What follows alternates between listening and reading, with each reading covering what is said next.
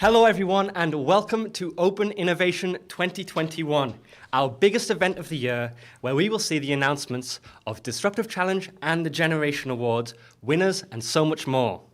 I'm here broadcasting to you live in Tokyo for the first time ever in English, and we're in the land of the rising sun. I'm very excited to be here and I'm hoping that you're looking forward to the Innovation Program show as much as I am. This year is the first time we're broadcasting in English. And there is a main stage, which you can see just behind me. And as well, we also have a sub-channel hosted by ASCII JP.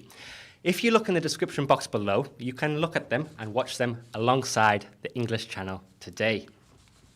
So let's get started with Open Innovation 2021. We have a great show for you today. We will open by giving you a quick introduction to everything about Inno, as well as what the Innovation Program is and why we're so excited about the potential of the Disruptive Challenge and bringing innovation on a global scale. Of course, that's not all. For anyone who missed the website announcement, we will give the names and titles of the Disruptive Challenge 2021. Stay tuned later in the show when we will be able to announce the Generation Award winners. If you want to see the list of nominees now, you can see them on the website at inno.go.jp/en. In addition to these announcements, we also have some interviews with some Inno individuals, including previous challengers, the Inno network, our cooperative partners, and of course, our supervisors and advisors to the program. I am very excited to hear their insight, so be sure to stay tuned for that. Finally, in the show, we'll also have a chance to get down to the exhibition hall, get up close and personal with some of the technology, and show you their ideas and their technologies. So, all about Inno. Innovative, creative, surprising, unexpected, unconventional, strange. These are just some of the words used to describe the Innovation Program, which is by the Ministry of Internal Affairs and Communications of Japan. It was established in 2014, so we're now in our 8th year. It's an annual initiative to seek out individuals and technological ideas to seek hen people. Now, what is hen? Hen is the word in Japanese meaning strange or unusual. We use the word inno to describe unusual ability, coming from the Japanese word inno. So throughout the show, I want you to be thinking about what inno is. The Innovation Program believes that anyone in the world has the potential to start a technological revolution and usher in the next wave of innovative craftsmanship. These people embrace their fear of failure and use it to their advantage. Failure itself is a tool, and the Innovation Program is promoting that. Every year, the Innovation Program invites people from all over the world to apply to the Disruptive Challenge and the Generation Award. And this year, we got a whopping applications from 74 countries.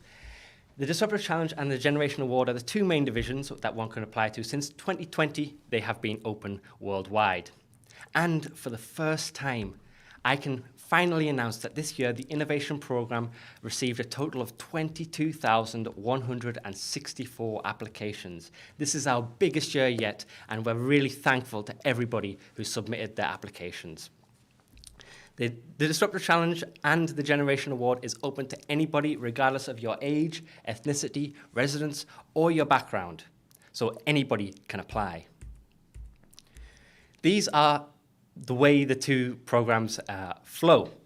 Both parts of the program are somewhat interlinked. The Disruptive Challenge is the opportunity for individuals to receive up to 3 million Japanese yen of support for up to a year, whereas the Generation Award are smaller ideas eligible for prizes from our cooperative partners. An exciting part of this process is the chance for our cooperative partners to match with you, as well as the chance to go on towards InnoMasters, which both divisions have the opportunity to do so. As I mentioned, open to all ages. Anybody on Earth can apply. If you can be contacted, you are eligible to the program. The Disruptive Challenge itself offers support of up to 3 million Japanese yen for up to 1 year. It aims to take on conventional wisdom with the help of the Japanese Ministry of Internal Affairs and Communications, and anyone has the opportunity to turn their ideas into a reality. It is a tailor-made system for everyone who becomes a challenger, and following graduation, challengers have the opportunity to go on for further global expansion. This is the general flow of the challenge. You start off with the 0 to 1 challenge, where failure is more than encouraged, as failure can light up to the path towards your ambitious technical goal. In this four-month period, challengers are encouraged to just make mistakes and try new things. Take on what you learn to the Disruptive Challenge and advance towards your ambitious technical goal. It doesn't stop after that. You also have the opportunity to join InnoMasters, where these are a group of individuals who get global scale support for their activities. It's a lifetime status of the InnoVator who continue to approach their ambitious technical goal and are eligible for further support. The Disruptive Challenge itself is evaluated by our supervisors and their intuition.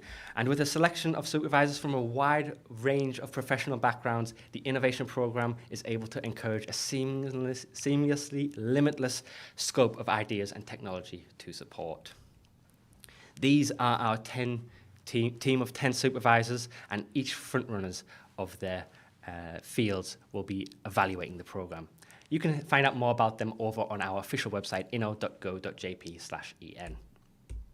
In addition to our program supervisors, we also have the wise minds of the innovation program advisors. These individuals help realize what Inno means and push the program forwards. We'll be speaking to Adam D'Angelo later in the show, so please look forward to that. The Generation Award is about small ideas with big impact. These prizes from our cooperative partners help individuals find the motivation to focus on their goals and be rewarded for their work. The youngest winner we've ever had was 8 years old, so we really stress that it is open to anybody in the world. Last year, we gave 26 special corporate awards from 24 of our cooperative partners, with 7 category awards also given. The Generation Award is intentionally broad in scope for individuals to push their imagination to help build innovation for the future. These Generation Awards are evaluated by our cooperative partners. You can find the full list of nominees for this year on our website. They were posted earlier this month, as well as the winners will be announced at the end of today's show. So please look forward to that. This is our complete list of cooperative partners. I won't be going through them all today. Please check the website to find out more. You can also contact us at inno@lab-kadokawa.com if you're interested in becoming a cooperative partner yourself. Innovation is not just about the individual. We also look at communities. In Japan, to help bolster innovation, we have created the Innovation Network, with each hub dedicated to nurturing innovation in a variety of ways. We will speak to one of the Innovation Network hubs later in the show to get their insight to what they believe is Inno.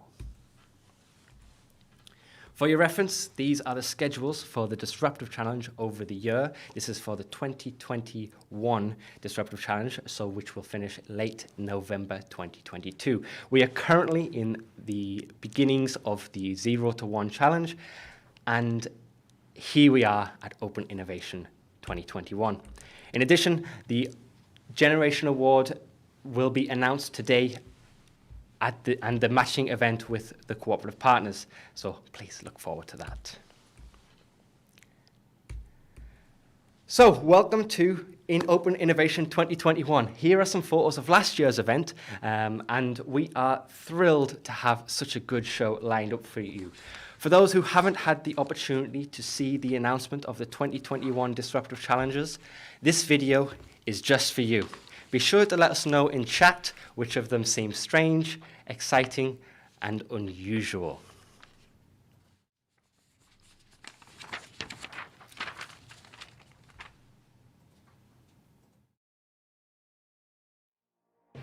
Arakawa Riku, augmenting communication through liberation of our speech.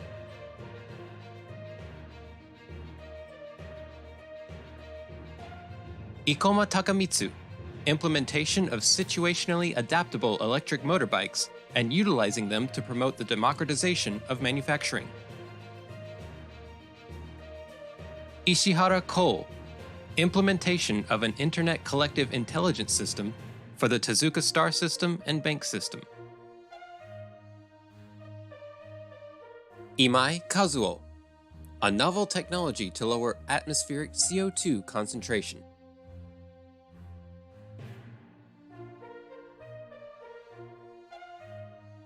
Imai Eugene, AV Raptor, development of aviation technology to balance nature with convenience.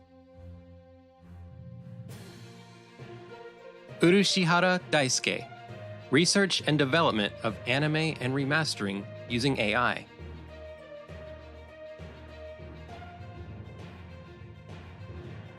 Ebisawa Yoshinobu, an eye-to-eye remote communication system to connect minds.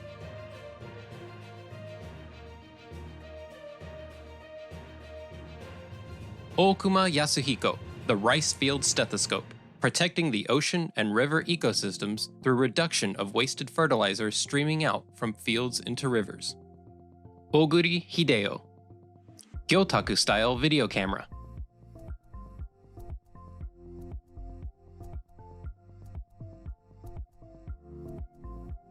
Oyama Akinori, development of technology allowing real-time observation of microorganisms invisible to the naked eye through the introduction of light.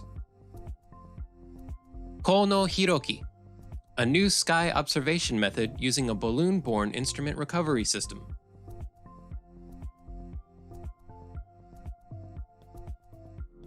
Kondo Naruya, tell your world with your smartphone camera.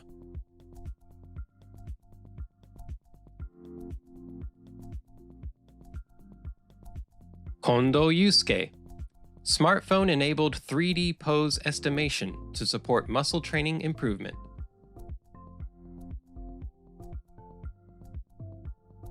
Sakai Yuya, development of new materials using food waste.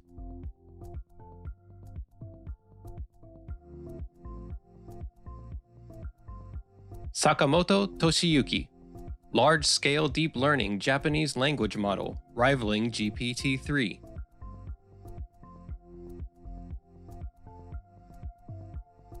Sato Hiroshi, handwriting 2.0, appealing to personality in this digital world. Shimizu Eisuke, the challenge to reduce world blindness and visual impairments through development of an ophthalmic diagnostic AI. Shoji Kang, telecommunications interface between machines and organisms.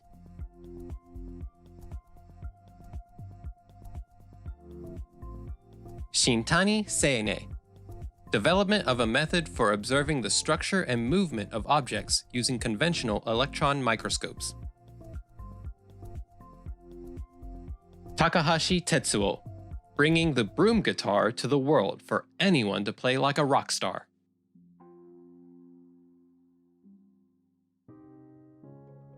Chikaraishi Takenobu, production of an obnoxiously loving robot.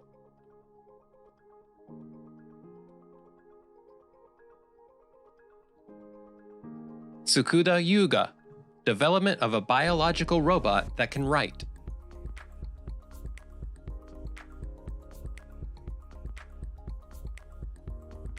Tosa Haruki, development of a quantum computation simulator and web UI Quanterm.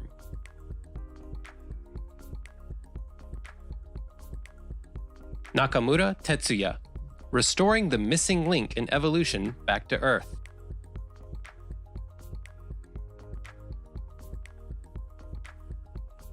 Phoebe Corey, development of a display device that keeps people's eyes on the screen through a combination of analog and digital displays. Hirai Shigeyuki, development of a 3D printing pen that enables to make free shapes of sucre filet by hand drawing. Hori Yosuke, development of a platform of devices to turn our surroundings into information media.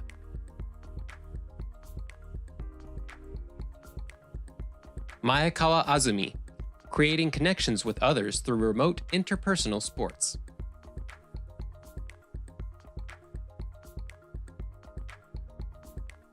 Maeda Hiroshi, one step closer to humans, a robot with a realistic walking ability. Experimental machine development. Machida Hiroshi, efficient capture of carbon dioxide with hydrogen.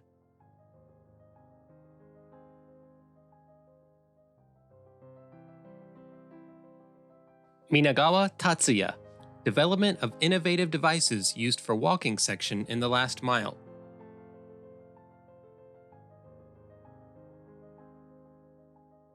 Methasit Katchaipar, 3-med walker.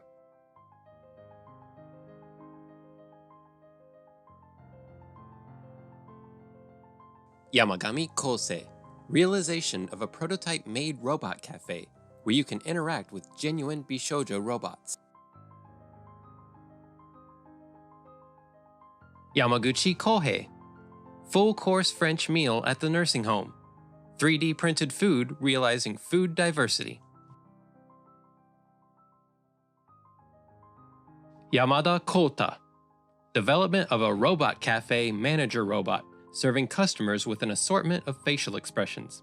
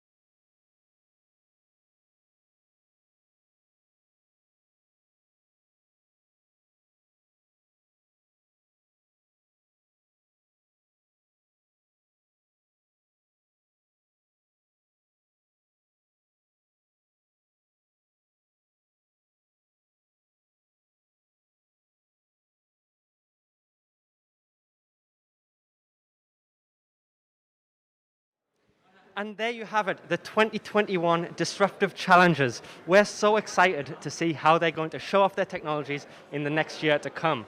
I apologize for any technological issues that we've had in the past few minutes, but we are now in the exhibition hall with previous Disruptive Challenges. Every single year at Open Innovation, we invite these challengers to show off their technologies, and we get a little bit of an insight to how they created their ideas and what they have made. I'm here with Sono Hanazono, and she has created a very interesting looking device. Hanazono-san, can you teach me what this is? Of course. This is a solar-powered flower. Yeah. The shape is like a house plant, and it can generate the electricity by its leaves. Yeah, you can see the solar panels on the leaves, and it can generate electricity even indoors. Yeah, and the electricity generated here is charged in this pot. There is a storage battery inside, and when a room becomes dark, it will bloom and grow. Yeah, like this, right. And when the room becomes dark, sorry, it's the next one.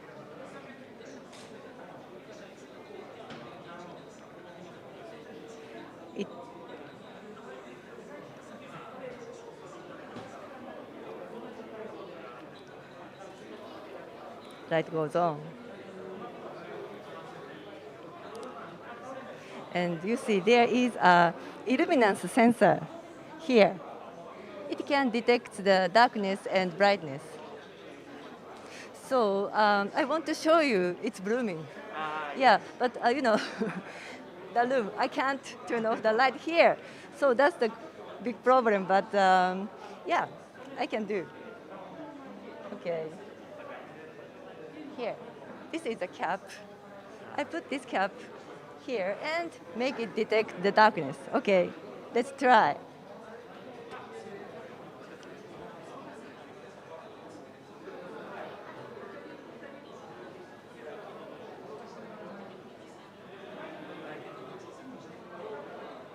Yeah, the light goes on like this.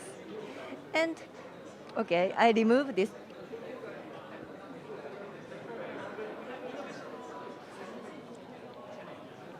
It detects the brightness and close, and light goes out. Could you tell me what is this? Is that a ladybug? Yeah, right, ladybug. You know ladybug. This is in Japanese called tento mushi. Okay. Tento means, do you know? No, tento. I don't. Yeah, it sounds means turning on the light. Okay. So the insect to turn on the light. That's why. It's a great pun. It's a very nice pun. Thank you. Well, thank you very much. Yeah. Can I take this back? Of course. This is just one of the incredible. I want this in my garden. I really want this in my garden. I can't wait to hear a little bit more about the process behind making this later on in the show, when we will have Hanazono-san join us up in the interview later.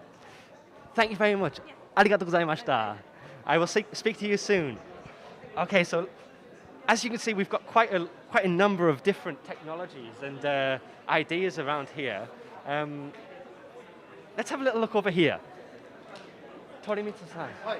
Hi. This is Keiichi Torimitsu, and he has a very, very interesting technology to do with sensing fabric. Is that right? Yeah, that's right. Can you tell me a little bit about Yeah, your sure, technology? sure. We're developing the conductive materials, which is combined together with the conductive polymer together with the fabric. So this is a sample of the material itself. That although you can see not much difference between the treated material, also the treated material, the softness, and it doesn't change at all. And not only for the silk, but also we can use it washi, Japanese papers, for using that. And then because of the those materials could be extendable, we use it for measuring the weight of by using these electrical characteristics, and then you can see the when we apply for the attention to the material, we can see the changes of the electrical characteristics. So we use it for those characteristics into the chairs and also the shoes and also the beds to see the posture condition of your body. So that's Would I be able to have a little try of the chair and show it off to the people at home? Okay, so this is the screen that shows the what exactly? changes of the weight balance of your body, and especially for these two is the left side and right side of your body, and this is a hip position and also the knee positions. Okay, so let's give it a go. So if I sit down, oh, there we go. Yeah, you can see not only for the but also you can see from here. Okay, great. So You don't need to turn on. okay, so is high good? Is high low bad? How does this work? The red color is the higher, and then you can see in this case the balance is very good, pretty good. But sometimes people when you look at this kind of screen and to adjust your posture conditions, so you do not see, and then we can see only your conditions in the screen backside of that. Okay, so I have to relax, sit normally. Right, so this is how I might sit at home watching TV. Yeah. So, okay. Is this, I don't know, is this good? Am I, So you need to have 1 minute to have the correct data. okay. Anyway, but you can have those kind of situation right now. So a little bit unbalanced. Okay, so basically, I was pretending to have a good balance. Yeah. That's right. When you look at those kind of screens and to try to adjust those postures, so that's a program. But anyway, the system tells you the data sent it to the Silicon Valley, and then coming back to and then analyze with the data and showing this. So your condition is the real condition is the something like a tilting. So that means in the bone situation, and it's a little bit tilting like this situation. So that means probably a little bit called this kind of changes that will be occurred. But this is not the medical thing. So please understand that this is just the kind of idea of showing that the positive conditions. That's very, very interesting. I really want to stress at home that this sensing there's no other sensors. It's just the fabric that's doing this in real time, and then that's sent over all the way in America to get a full reading of my posture. It's incredible. It's amazing. There's so many different applications that this could have. You could see this being used in using the help for the elderly. You could possibly use it in medical in the future. It could also be used in VR. There's quite a wide variety of applications. Thank you very much, Torimitsu-san. So this is a kind of memorable. Oh, great. Thank you very much. We'll keep a hold of this.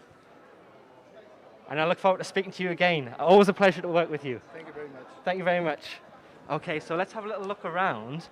And Home Miyashita, may we have a little look at your technology? Yes. Okay, so what are we looking at? This is quite a...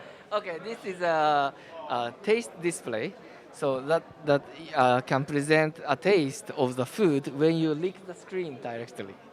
Wait. So lick this screen and you could taste food. Of course, you can use a tray by putting here.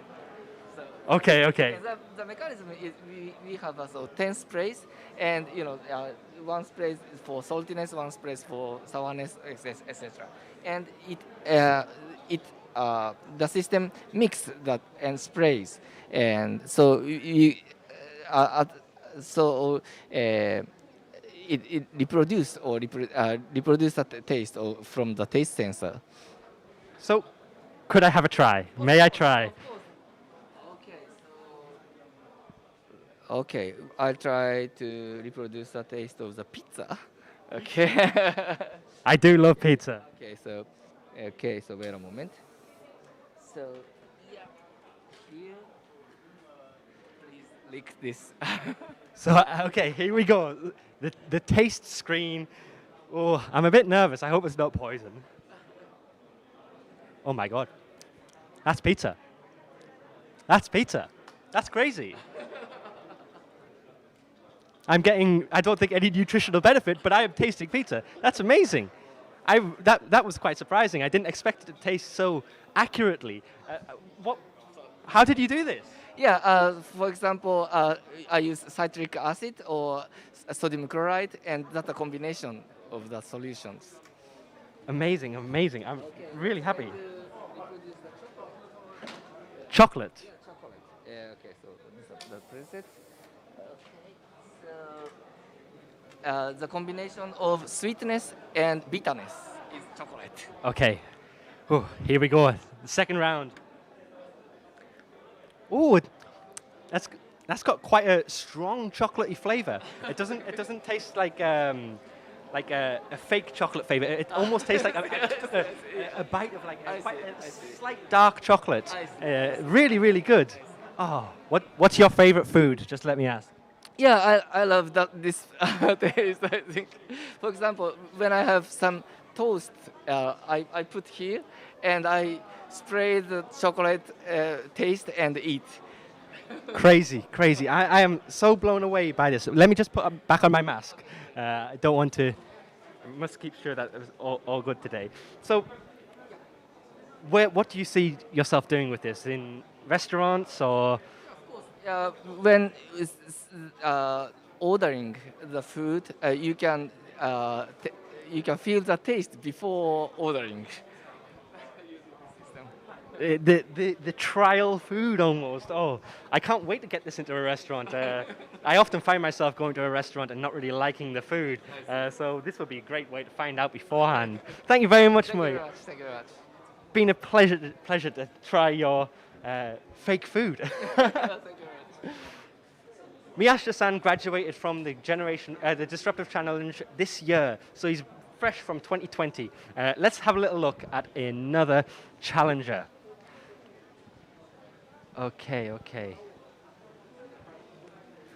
Let's see, who's not got anything happening right now? We can't quite get hands on, but just to my left, there is what's called the self-writing clock by Kango Suzuki. This is quite an interesting piece of art. So what it is, it's a mechanical clock that also has a digital display. Within the digital display, the hands write the time. It's a wonderful piece of art. I don't know if we'll be able to get a quick view, but if you come a little bit closer, we'll try and see if we can get it in action. We might have to wait a minute, but if you look at the bottom, we can see that there is a little bit of a mechanical movement happening, and on here, so for example, 0132, that's the current time. That's a great reference for me because I don't have a watch right now. Here we go.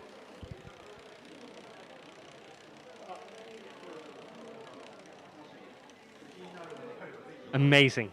This clock has really taken the internet by storm many times. I've seen this on the internet shared by friends, for example, and I cannot put into words how amazing this is to look at. If you come a little bit over at the back, you can see that there's quite a lot of different gears making up this machine. This is the wooden version by Kango Suzuki, and we also have down here on the just to the right of the machine, the metal version. I don't think it's turned on right now, but the same concept, the same design philosophy. This is all inspired by a process called karakuri, and you can find out more about that over on our website, InnoUvators.com, or our YouTube channel where we are live streaming right now. So if you haven't subscribed yet, hit that subscribe button and find out more about some of the previous disruptive challenges. What else have we got? There's so many people here, it's hard to get a good time. Can we have a little look here? So this is, from today you are disabled. So this is a VR experience to replicate disability. That's okay. That's okay. That's okay. I will explain. Don't worry. And this is using, for example, a VR headset to distort the vision, and using different kind of videos, you can kind of get an idea of what they're doing here. It's a very difficult piece of technology, but very exciting to see what they have in store for us future. Thank you very much. Arigatou gozaimasu. Let's see what else we can have a little look at. Okay. Let's have a little look over here. So this, I believe, hello Yoshimura-san. Thank you very much for letting us join here today. So this, I believe, is a diabetes checker using the skin of your fingertip. So when you have diabetes, that you have a problem with peripheral sensation, essentially. And this machine here, depending on how you react to it, it will sort of test for things like diabetes. So can we have a little try? Is that okay? On here. May I sit down?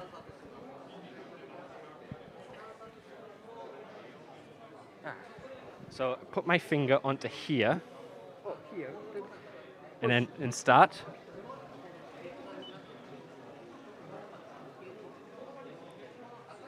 And when I feel it, I touch the screen. 感じたら押してください。はい。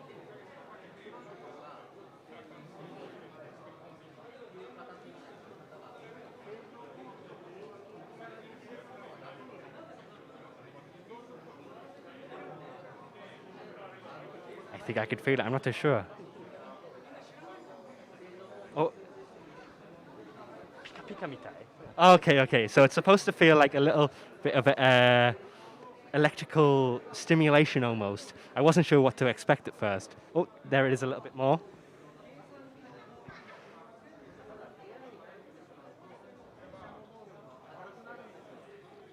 It feels quite. There we go. It's quite subtle, this feeling. There we go again.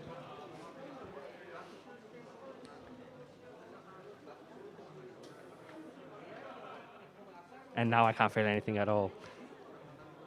Oh, here we go. So I guess this test takes quite a little bit of time, so please be patient. Oh, here we go. Okay. Okay, so. 14 マイク。 Okay, so I've got microns 14マイク。 of 14 and a speed of 5.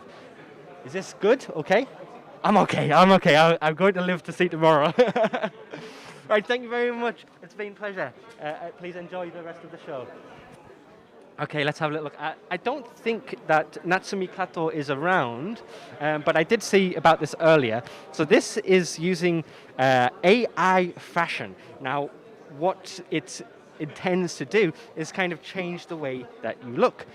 So if you look at different different illusions that are used in, for example, T-shirts. Now you often hear the famous story that, for example, black and white stripes make you look thinner or make you look less thin, let's say.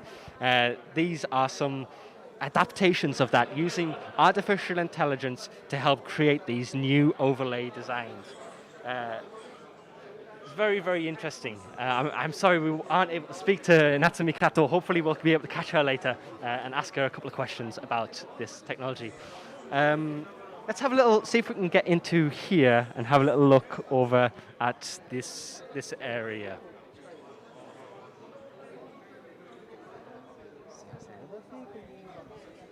Okay. It's a little bit busy, but in a moment I want to have a little look at a wonderful music machine, I guess, instrument is the word I'm looking for. Wonderful instrument by Michinobu Uda, and it's a handheld electronical instrument using legato system to help give a new way of playing music. And Michinobu Uda is amazing at playing it, so hopefully we'll be able to get some interesting music from him, and hopefully no copyright strikes on our channel. So let's go and have a little look and ask him to have a little play. Michinobu Uda, thank you very much for having me today. I would really like to show off the Uda.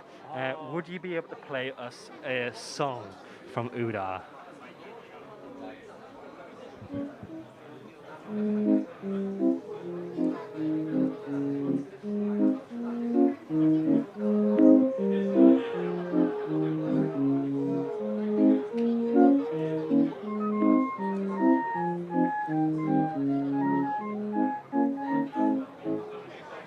Incredible, incredible. May I have a little try? Can I have a little go? Okay, so would you hold this microphone for a moment? Now, I have had one try at this once, and it was very interesting. I struggled at first, but let's see. How do I get in my hands? Is that right? Opposite, like this? No. Left side, right side. Oh, sorry. Hear that? Okay.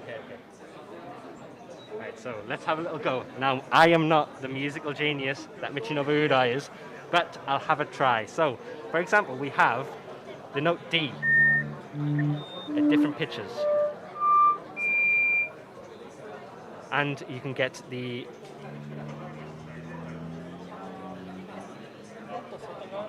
so this. Okay. That very smooth pitch transition.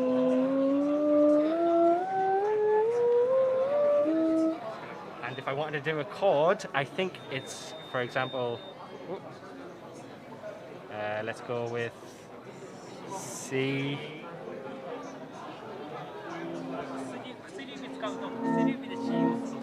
Oh, C. Use this here. C. E. Okay, so that's the best way to do it. So.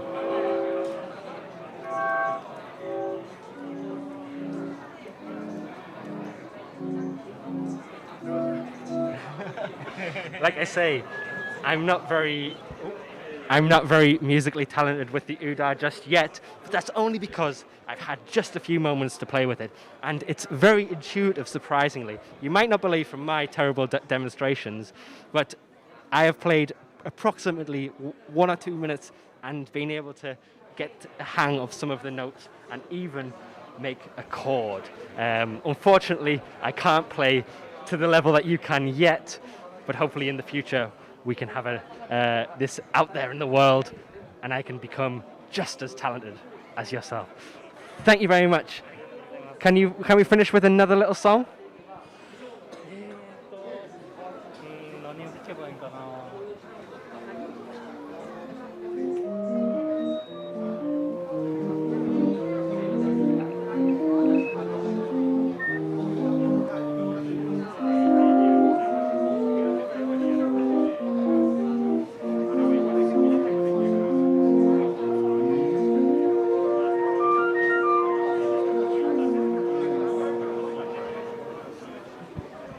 I feel very personally attached to that song. Thank you very much. It was been a pleasure. Okay, so let's see if there's anything else that we can look at. How are we looking for time? What's time? Okay, so let's have a little look at this. I'm not too sure what this is. I actually haven't had an introduction to it yet. But it looks like some sort of art show. And also, as we've shown before, there's the main stage. Currently, the supervisors and advisors are on the stage. We'll get a chance to speak to Adam D'Angelo in just a short while. Very excited for that, so please look forward to that. And we'll also have a chance to speak to one of the disruptive challengers from 2020. In fact, one of the first who managed to apply from overseas. I'm really excited for that. But for now, we'll talk a little bit about a man called Yosuke Furusawa who created a technology called marine control. It's very important for us to focus on the marine biology and fishing industries, and here is a solution that could be ready in the near future. Sorry, there's so much noise happening around. Here is a video from Yosuke Furusawa and his biogroup control. Thank you very much. I'll see you in just a few minutes.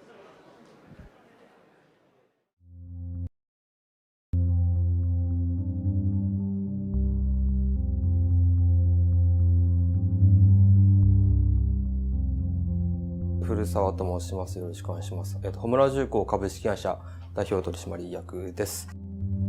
この生態群制御っていう技術は、基本的にシンプルで、魚とか水の中の生き物を自由に動かすっていう技術です。水槽のところに電極を壁面に入れます。で、壁面から微弱な電気を出すことによって誘導しています。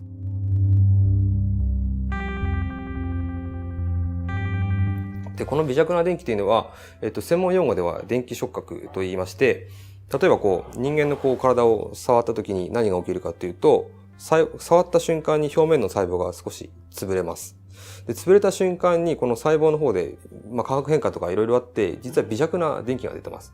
で、ここの押すと微弱な電気が出て、神経が受け取って体を伝わっていくと、触ったということを認識します。で、この微弱な電気を触る代わりに外から与えてあげると、触ってもいなくても触ったということを認識することができます。これが電気触覚ですね。ものすごく弱い電気触覚のような刺激の微弱な電気を与えることによって、魚からすると追いやられているような感覚を再現しています。そうすることによって水槽の中の魚が自由に動くという、そういう仕組みになります。水産業の工程を見ると、魚を活魚を動かすっていうのは実は全部の工程で行われています。現在はそれを網を使って魚を囲ってこれを動かすっていうことをやっていて、そこにはものすごく人手がかかってます。で、さらに、潜水士みたいな、プロフェッショナルな資格を持った人じゃないと従事できないっていう作業も含まれています。で、そこに対してこのシステムを導入することによって省力化、人がいなくてもできるんじゃないかなというふうに考えています。地方に行けば行くほど若い人がいないので、高齢者に対する問題の答えの一つとして、システムで自動化しましょうというところがもちろんあります。ただ、水産業自体は産経労働でもあって、若い人がいっぱいいるところに行っても、基本的に若い人はやっぱりいないんですね。そういうところを見ると、今発展しているような、市場が伸びているようなところでも、このシステムを導入してもらえるチャンスがあると思っています。学生の頃に先輩の一人が実は人工心臓の研究室に入ってました。で、僕はそこにアルバイトでお手伝いに行ってました。そこの先輩のお手伝いをしているうちに生態の計測の仕方とか実験の仕方とかそういう回路の仕組みとかソフトウェアのことを勉強する機会がありました。で、サイバーダインっていう会社はそこの研究室が作ったベンチャー企業です。で、そこでは今度は生態計測、この体の筋肉を動かす時のこの筋電位っていうものの計測をやってまして、そういうところの積み重ね、蓄積によって生き物の知識、生態電気の知識が得られました。で、この生態群制御っていうのはこれまで計測しかやってこなかったところを今度は逆に電気を与えてあげようっていう逆のことをやってます。それをうまくやったら魚が動いて現在に至るっていう感じですね。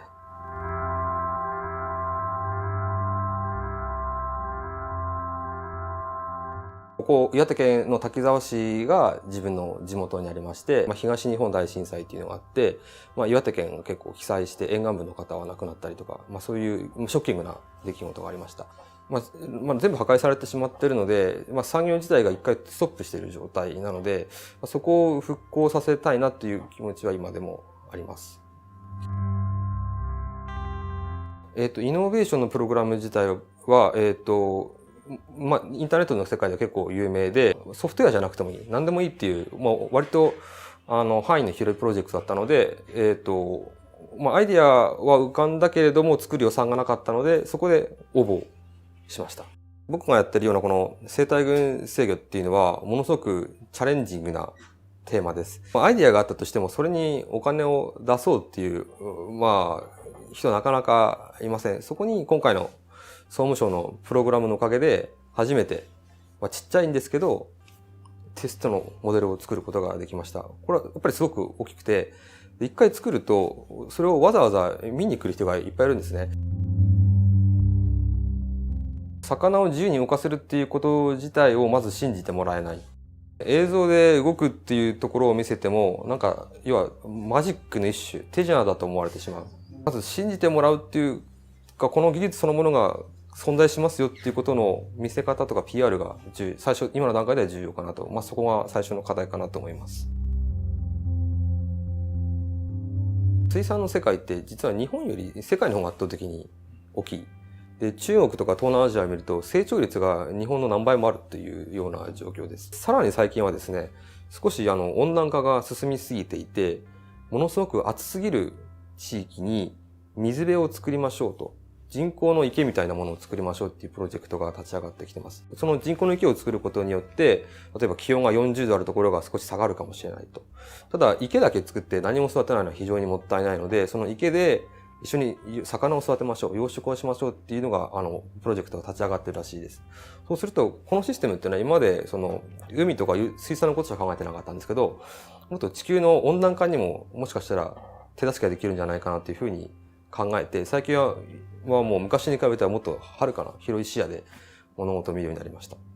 夢物語といいますか、予算が結構無尽蔵にあれば、もう湾内丸ごと買い取ってですね、自分の湾でなんか勝手に実験して、なんか船も使わずになんか魚大量に水揚げできるみたいな、いうのができれば一番理想的です。多分それを見せた瞬間に水産に対する考え方が世界中でコロッとスイッチが変わると思います。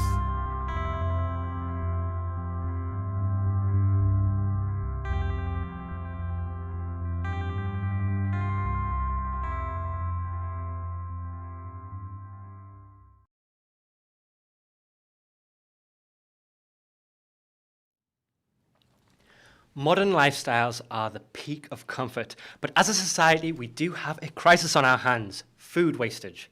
Now be honest, how many times have you carelessly left fruit or vegetables to go rotten? Even in the supply chain, innumerable tons of fruit and vegetables are lost every year in this way. Our first interview guest of the day may just have the perfect solution. Please join me in welcoming Zafri Zainuddin, who was a Disruptive Challenger in 2020 with his product Sticks Fresh. Hello, Zafri. Hi, Matthew. Hi, Anthony. How are you doing? I'm very good. How are you today? I'm good. I've never been better. I'm very good. I'm very excited for today for this event. Yeah. Well, we're more than thrilled to have you join us. It's very exciting to really have international space in innovation, and yourself as an innovation disruptive challenger. We're more than proud to have you be born out of the innovation program. So tell us a little bit about your challenge during the innovation program. What is Sticks Fresh? Yeah. Hello, actually, my name is Zafri. I'm from Kuala Lumpur, Malaysia. Basically, we are a startup company that focus into developing biomaterial that applicable in food industry. And our material composed of 100% natural ingredients consisting of carefully processed food waste and a mixture of plant extract with antifungal effect. And our formulation able to extend fruit shelf life by several weeks, to shape a safer, more sustainable supply chain future. It's an incredible technology and something that's very, very necessary in today's modern waste lifestyles that we have. So what inspired you to make Sticks Fresh? Where did it come from? Oh, wow, it's a very good question, Anthony. Our inspiration has always been the same from day one, which is to bring value to our client and partners in of course, agriculture business. We look to elevate the well-being of everyone in the food chain, especially the producers, all the way down to the consumer. So same goes with this program, innovation program. What inspired us is the possibility of adding value to the agriculture produce in Japan, especially for strawberry in Tochigi Prefecture. Tochigi Prefecture, I've heard the strawberries are quite famous. Yes, and delicious as well. Oh, we'll have to have some with the Sticks Fresh stickers. So tell us a little bit about how you think your technology could impact the agricultural industry in the future. Our solution are focused on green technology and circular economy, which means we are using all natural ingredients extract from food to save food. So we call this concept from waste to wealth. Our preservation formula utilizing only natural ingredients derived from plant, which can prolong the shelf life of agriculture produce such as fruits. We are looking forward to cover other type of produce such as meat, dairy, flowers, as well as vegetables. And of course, it will impact the whole supply chain of agriculture industry, include farmers, producers, exporter, and even us as a user. Amazing. So tell us a bit about how you found the innovation program and what made you apply. What was the inspiration for going into innovation? Our motto is to think global and act local. Actually, we are aiming to help the world becomes better, less waste, safer environment. And the best place to start is, I would say, in Asia with all its potential, right? So we believe, Japan being the center of economy nowadays and the perfect gateway for us and for this technology. And we truly believe that innovation program organized by the professional like yours and the great people of Japan would help us, to bring this technology to a global scale faster. And I would say we are super glad we received amazing support from Kadekawa Research Laboratories and the ministry as well. And it's been great so far, Anthony. Oh, I'm always happy to have the opportunity to work with you, Zafri. It's a really big pleasure to be seeing SticksFresh grow so well over the last year, and I'm looking forward to the future of them. You mentioned about going global and your global initiatives. Tell us a bit more about what you have planned for international scale. Well, this is a very interesting question. This is actually it's our global initiative, right? Actually, we are focused in, our movement is focused in global partnership to global sustainability challenge throughout a multi-stakeholder, by this global collaboration and calling all these stakeholders to take action. We believe we address some of the greatest challenge, which is food waste that is happening globally, right? So we look into venture other global markets, starting with Asia, with our technology, with a vision to become waste reduction company across the entire agriculture supply chain. So you're obviously known for your stickers. Is there anything else that is planned in the future? Is it a secret? Can you let us know a little bit about what is next for SticksFresh outside of the stickers? All right. So actually, we have our ready market product, which is StickFresh sticker. It's patented globally, and we have FDA approved. And at this moment, our R&D is looking to produce another breakthrough product in the form of liquids and also sachet. It's easy to use. You just spray to the fruits like strawberries. It will be able to protect the fruits from fungi infection and extend its shelf life by up to 3 to 4 times longer. Anthony. Incredible. Very, very, very incredible. So in this last year, you've obviously had the Disruptive Challenge. Can you tell us a little bit about what difficulties you may have faced in this challenge itself? Tell us a little bit about the year. Pertaining to our main aim for this innovation program, which is to extend the shelf life of strawberry in Japan, our biggest challenge would have to be the correct identification of the disease, as well as the main problem that affecting the fruits in Japan, especially strawberries. So I would say it is a completely different environment from Malaysia. We had to proceed what we have now in Malaysia, and logistic was also a huge problem given the COVID-19 pandemic, which is still ongoing.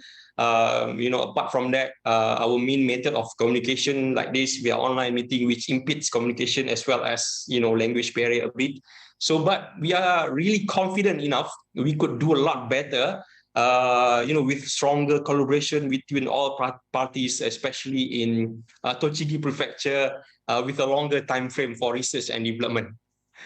Amazing. I'm really happy to have had you with the Disruptive Challenge. And don't worry, your challenge doesn't end.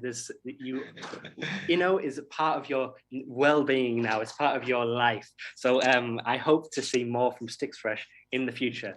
Before you go, what's your favorite fruit? I would say strawberry, but I haven't tasted yet Japanese strawberry. So I hopefully after this, if things getting better now, if we can travel, Yeah, we pay you a visit in Tochigi and we just go for strawberries. Strawberry picking in Tochigi sounds Yeah, amazing, yes. Zafri. I'm looking Yes. forward to everything opening up again, and then you can come all the way from Malaysia to Japan. Yeah, and sure, enjoy sure. some great strawberries. Thank you very much, Zafri. I hope you have an excellent day. Same to you, Anthony. Have a good day ahead, and thank you so much. Thank you very much. Bye-bye. Bye. Now let's look at one of our youngest challengers ever, Kazumi Muraki. He's got an exciting, innovative technology that he hopes will combat climate change and serve as the foundation for travel to Mars. Stay tuned. After these videos, we will soon speak with Adam D'Angelo, CEO of Quora. Climate change is currently one of the most perilous dangers facing humanity. But what is the best way to start combating climate change? That's where Kazumi Muraki's Hiyasi comes in. I'm convinced that I can create a carbon neutral or even carbon negative world through this technology.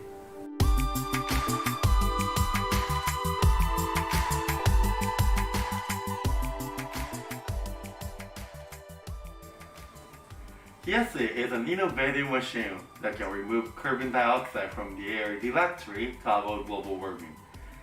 By only pushing the button, you can remove carbon dioxide from the air. That's it.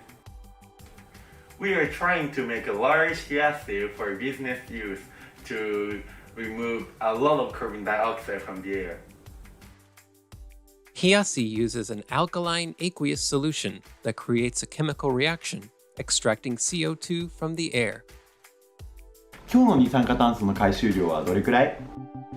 本日の回収量は 5.02 リットルです。I'm currently working on converting carbon dioxide that is removed by Hiyasi into fuel for cars, ships, rockets, and airplanes, and so on. That is called Solarium Project. I'm researching on how to cultivate spirulina cells in order to generate fuels. Spirulina is a type of cyanobacteria commonly used in dietary supplements. Muraki even owns his own personal research ship and has many other projects he's currently undertaking. Moku Moku 1 is an explorer of the stratosphere, aiming to explore the Earth's atmosphere using only the fuel created from captured CO2. In order to fly as a stratospheric aviator in 2021, he acquired this prototype Soviet Air Force VK-K6 high-altitude pressurized spacesuit from Canada. As a science fellow for a company involved in the R&D and production of cosmetics, Muraki also provides guidance on air-derived products, which are cosmetics created from carbon dioxide found in the air.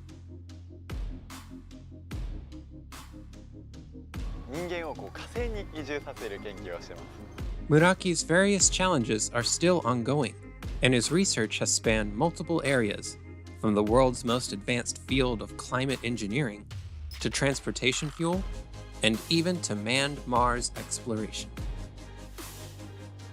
Protect the Earth, make way to Mars.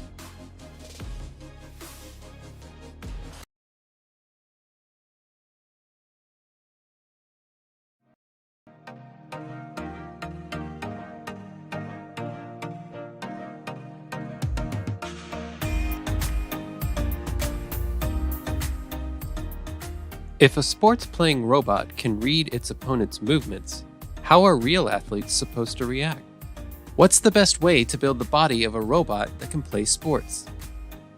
For the table tennis robot, in order to make the arm as light as possible, a single pneumatic actuator is equipped to control the three main joints in the elbows, shoulders, and wrists.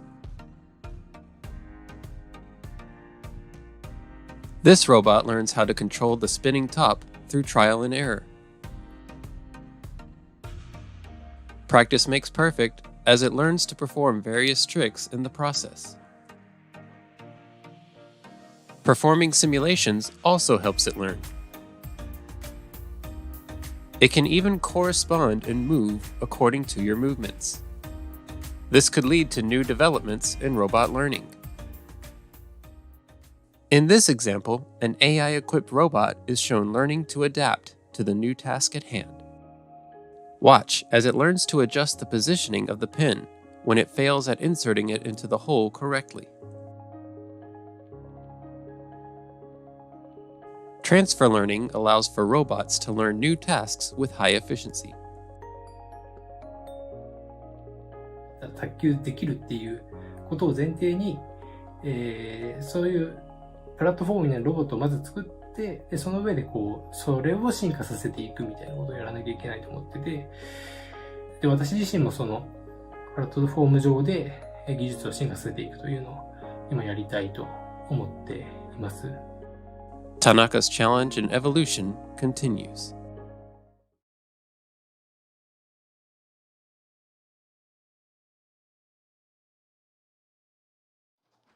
Our next guest was originally from New York and won a Generation Award in 2019.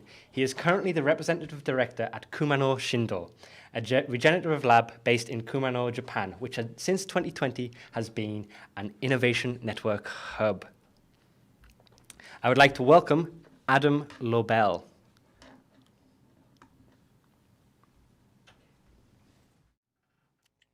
Hello, Adam. The floor is yours. I hear you have a little bit of a show for us to share your screen. Thank you, Anthony. I just wanted to thank the Innovation Secretariat, the Ministry of Internal Affairs and Communications, and the entire Inno community. Innovation means a lot to me. I joined in 2019 as a Generation Award winner, and in 2020, managing the Kumano Shindo Innovation Hub in Mie Prefecture.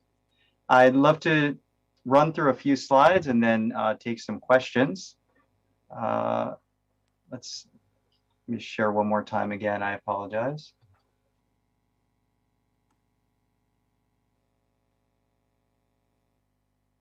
Great. And if you could just let me know if you can see my screen.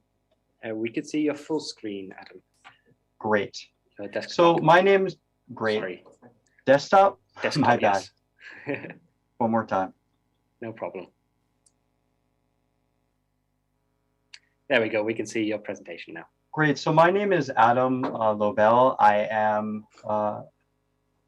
representative director at Kumano Shindo, and we are a regenerative and innovative community lab in the Kii Peninsula in Japan. And we are also working in the metaverse space and select regions worldwide. A little bit about our origin story. I visited Kumano for the first time in 2020. It's an area that's experiencing demographic issues similar to other areas. And it's also an area that's simultaneously ripe for innovation due to its rich nature, important history, and legacy of Japanese spirituality, or musuhi.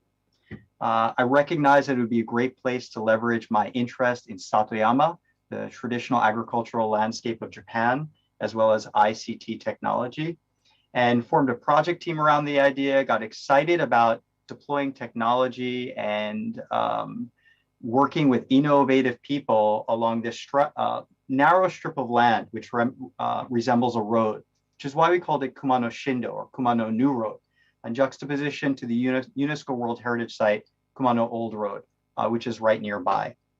In 2020 of that same year, we became involved as an innovation hub, and then we incorporated just in June of this past year. This is a little bit about what musuhi means. It comes from musu, to produce or to create, from hi, or power of energy, together musuhi. So you can see that from this beautiful land and nature of Kumano, it's just a great place to support the weird and different and unique ideas that one's inner Inno in the Kumano Shindo Innovation Hub. So our mission is to accelerate the transition to a regenerative society where people have a sense of excitement. We collaborate in place in Kumano and around the world to create business lines and human resources with new value, using modern tech and respecting nature and the wisdom of our ancestors. And we have broadcast the InnoVation program message and got people interested to apply from the Kii Peninsula, as well as from countries like Portugal and India and Switzerland through our activities. Just briefly, what does regeneration means? It's going from a paradigm of extraction to, many people are familiar with sustainability, to a newer paradigm of regeneration, where actually we use the inherent principles of biology to regenerate, to move beyond the status quo of sustaining what's currently in place, to regenerating to something even better. Here are some more details, but in a nutshell, it's really about recognizing the biocultural uniqueness of an area, not just a cookie cutter solution. So recognizing the unique talents or Inno of the land space, as well as the people that live there, and focusing on wellness with a focus on health. What we're doing is we have these key focus areas at our hub of biodiversity, culture, including human potential, history, and religions. We pass them through a substrate using ideas like biomimicry and indigenous knowledge, traditional intelligence, and Inno education. And we use that to foster innovations that will accelerate regenerative projects in Kumano and hopefully around the world. This is someone who operates a museum in Kumano. He used to be he's in the timber industry. This is a unique song that they sang in the area. And as a first project, we're hoping to record these images, these living proofs, put markers of them on location, and create a really rich map in space-time of the Key Peninsula.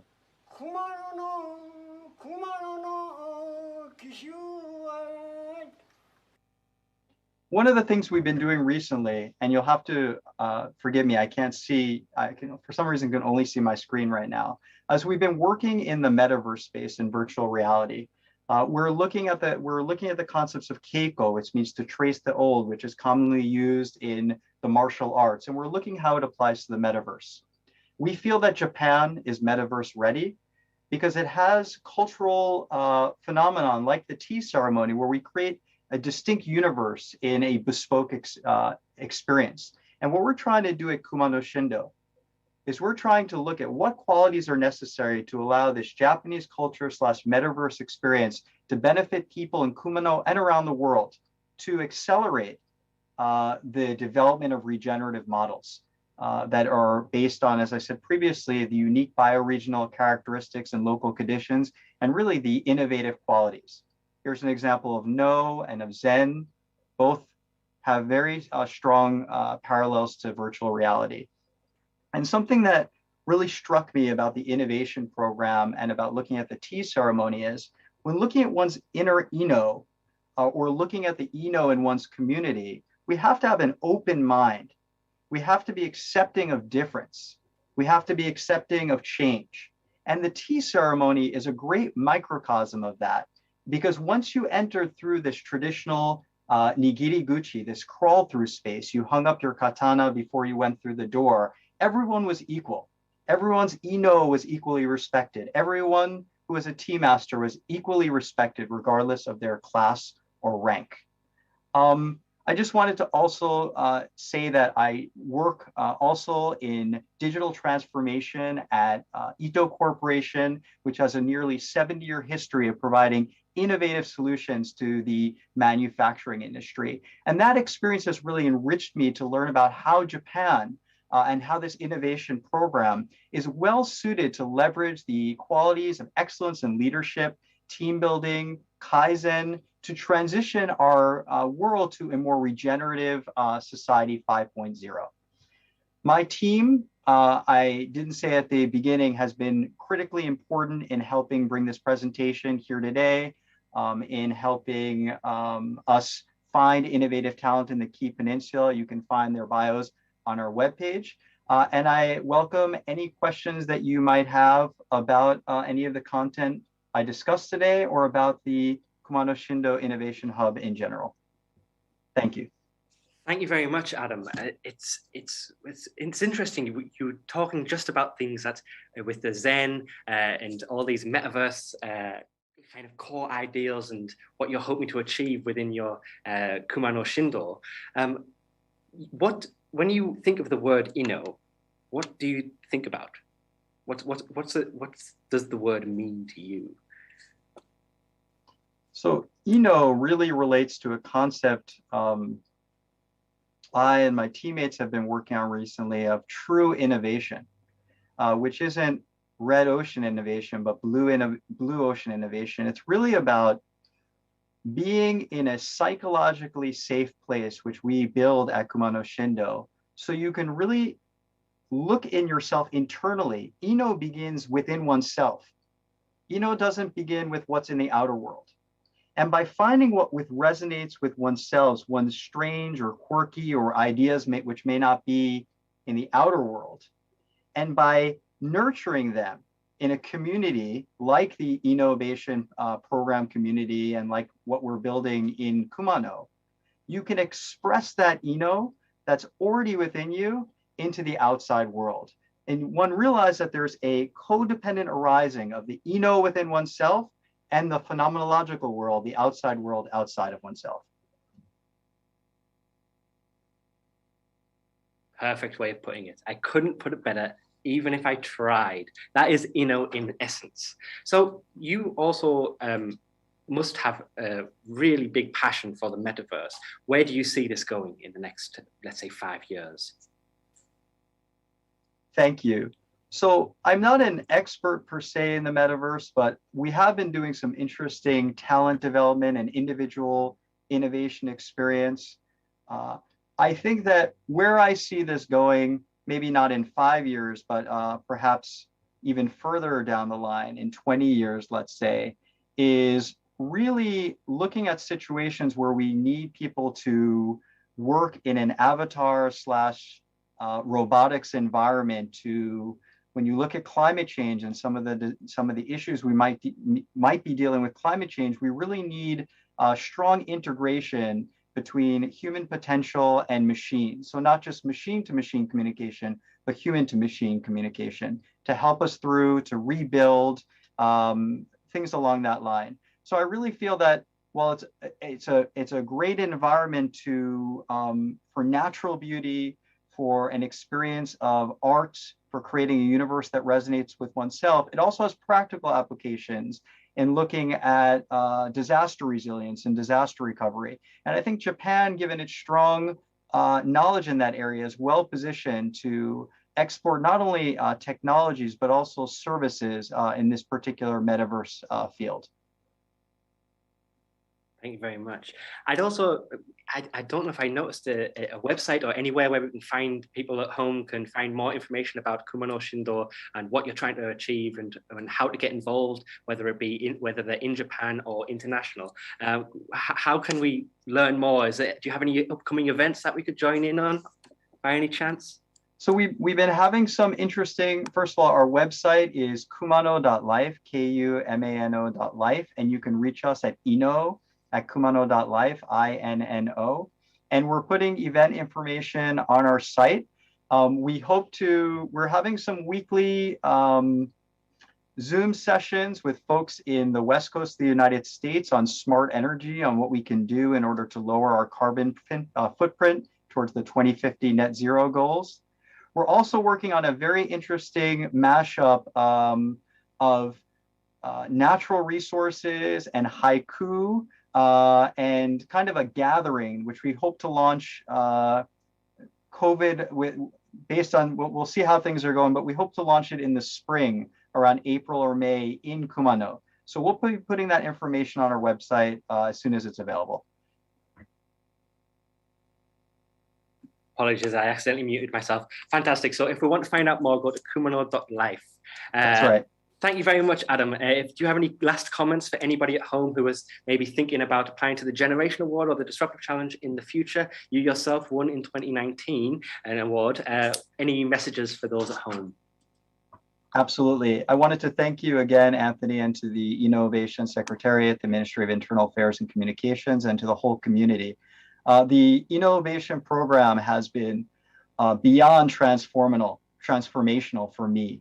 Personally, for my thought work, I've met many friends around the world through the program. So I encourage everyone, regardless of whether the stage of their idea is just a small seed or it's much more mature, to apply, to get involved in the diverse ecosystem of offerings in the innovation program, and to really realize that every one of us, we're here to provide a safe environment for you to grow and explore your inner Inno. And it's just a wonderful, wonderful, healthy community full of focus on well-being. And I'm very proud to be part of it. Thank you very much.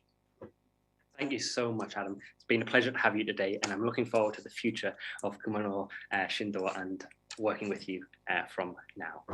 Thank you, Anthony. Have a great day. Bye-bye. Bye-bye.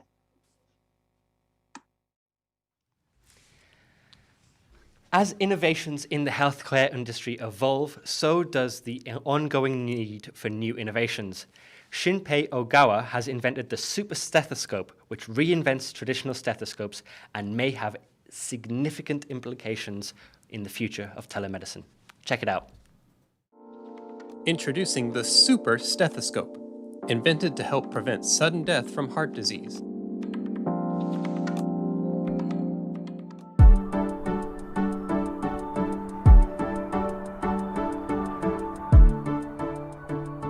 Doctors use conventional stethoscopes to examine a patient's heartbeat using their own ears, combined with knowledge and experience. The super stethoscope visualizes the heartbeat and simultaneously collects electrocardiogram data.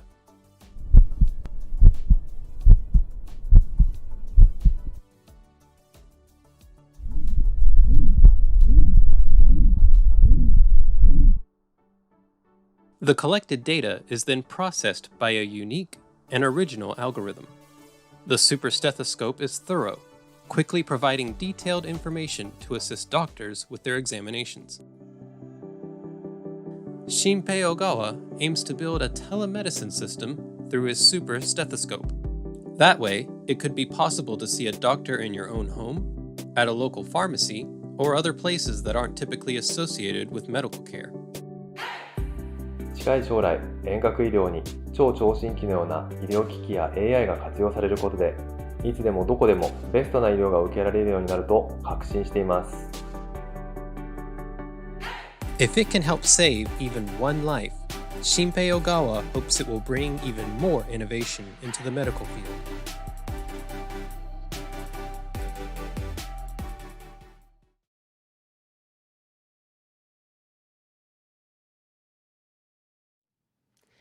As the internet has advanced tremendously over the last 2 decades, the accessibility of knowledge has grown at an incredible rate. In 2009, one modern leader of this information sharing revolution was founded by one of the brightest minds in Silicon Valley. In 2019, he joined the innovation program as an advisor, symbolizing the next step of innovation. I would like to warmly welcome Adam D'Angelo, CEO of Quora, to Open Innovation 2021. Hello, Adam. How are you today? Great. Thank you for having me.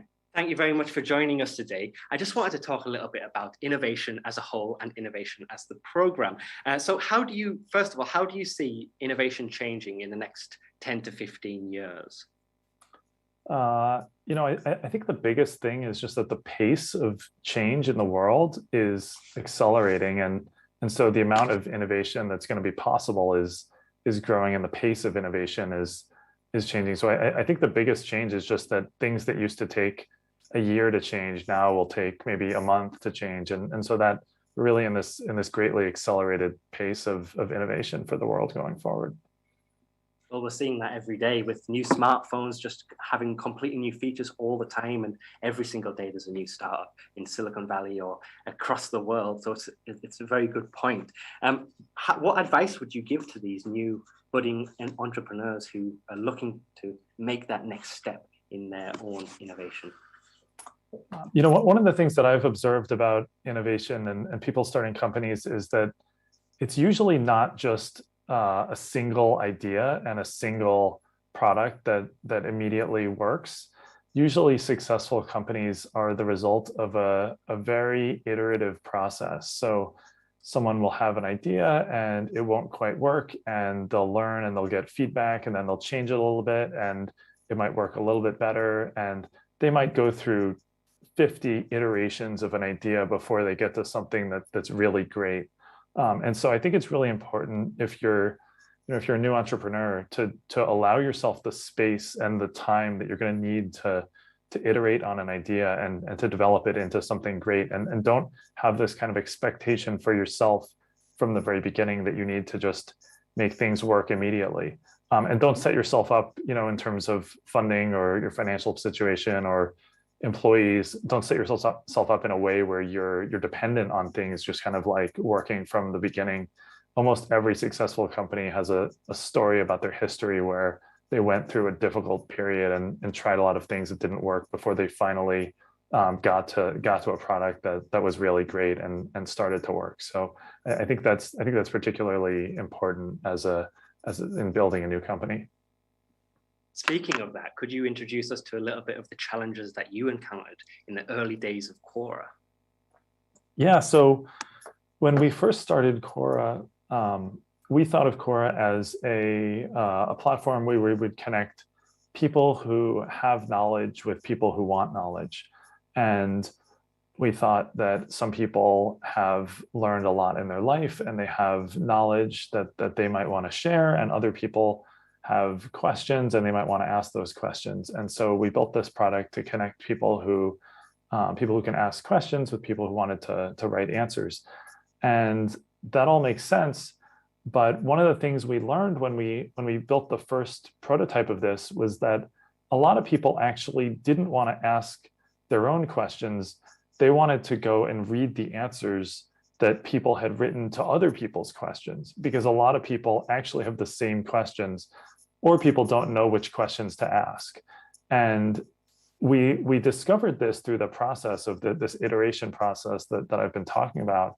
And it caused us to really kind of rethink how the whole product was structured. And the result of kind of going back and building the product, optimizing for reuse and multiple people reading the same answer, was that we built a product that ended up, I think, doing a lot better and getting traction very quickly in Silicon Valley, in a space where not many products had success in the past. Very true. I often find myself looking for an answer, and one of the first things I look at is Quora, because other people encounter same issues as me, and finding it on Quora is one of the easiest ways to find the solution that applies most directly to myself. Lastly, I want to talk a little bit about Silicon Valley's culture. So it's a very unique culture, and it's in the innovation program, we obviously focus on the individual, but how do communities similar to Silicon Valley build and encourage innovation around your peers? So I think there are a lot of things that all add up to make Silicon Valley successful. One thing is the tolerance for failure. So there's kind of an expectation that people in Silicon Valley, not every company is going to be successful. Not every job that someone takes is going to make them successful. Companies that people work for will go out of business and they'll lose their jobs. And that's all kind of understood in the culture. And so it's really important that you have a kind of social environment that supports failures. And so that's something that I think it's very important that not everywhere in the world kind of has a similar culture.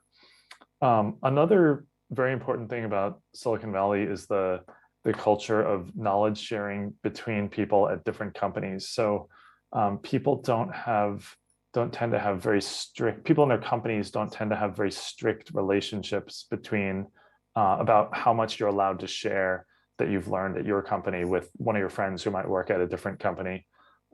There's a lot of tolerance for people to take learnings from one company and bring them to other companies. And in the short term, you might feel as a CEO of a company, you might feel like you're losing your trade secrets. But the advantage of being in Silicon Valley is that you get all the learnings from all the other companies, and it ends up you end up coming out far ahead of where you would have been in an environment that wasn't so permissive. So I think there's a lot of different things to learn from Silicon Valley. My hope is with the pandemic and the shift that a lot of companies have done toward remote work, that more of these lessons and this culture can be spread more easily. So if you're a company in Japan these days, you can hire people in Silicon Valley who are excited to work remotely for you. And my hope is that there's so much value in this culture that we can spread it to the rest of the world, so we can get even more innovation everywhere. I completely agree, Adam. Thank you very much for your insight. I hope that people at home can take what you say and really apply it in their own lives with their own innovation. Thank you very much. I hope it's not too late over in America right now. Thank you for staying up with us. Thank you. Have a great day. Bye-bye. Bye. In order to build and nurture innovation and programming at a young age, you have to have the capability to be creative. Ikaku Kawaguchi's work during innovation aimed at making the next generation of building blocks. Let's check it out.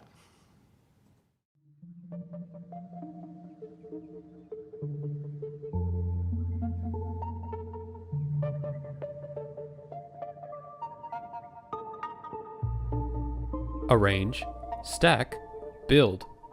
Building blocks are the staple children's toy. Introducing the building blocks of the future, Hikari Tsumiki. With these special blocks, anyone can learn about the mechanisms of hardware.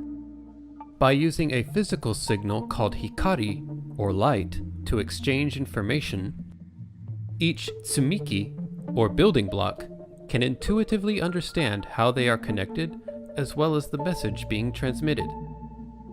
The input Tsumiki receives instructions via switches and sensors, and the output Tsumiki emit light,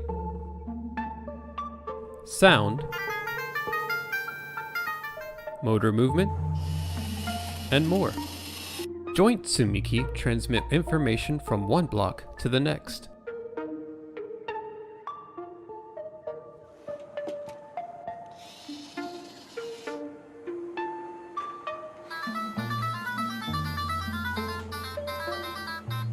It comes paired with a tabletop charging base used to charge up the lithium ferrite batteries inside.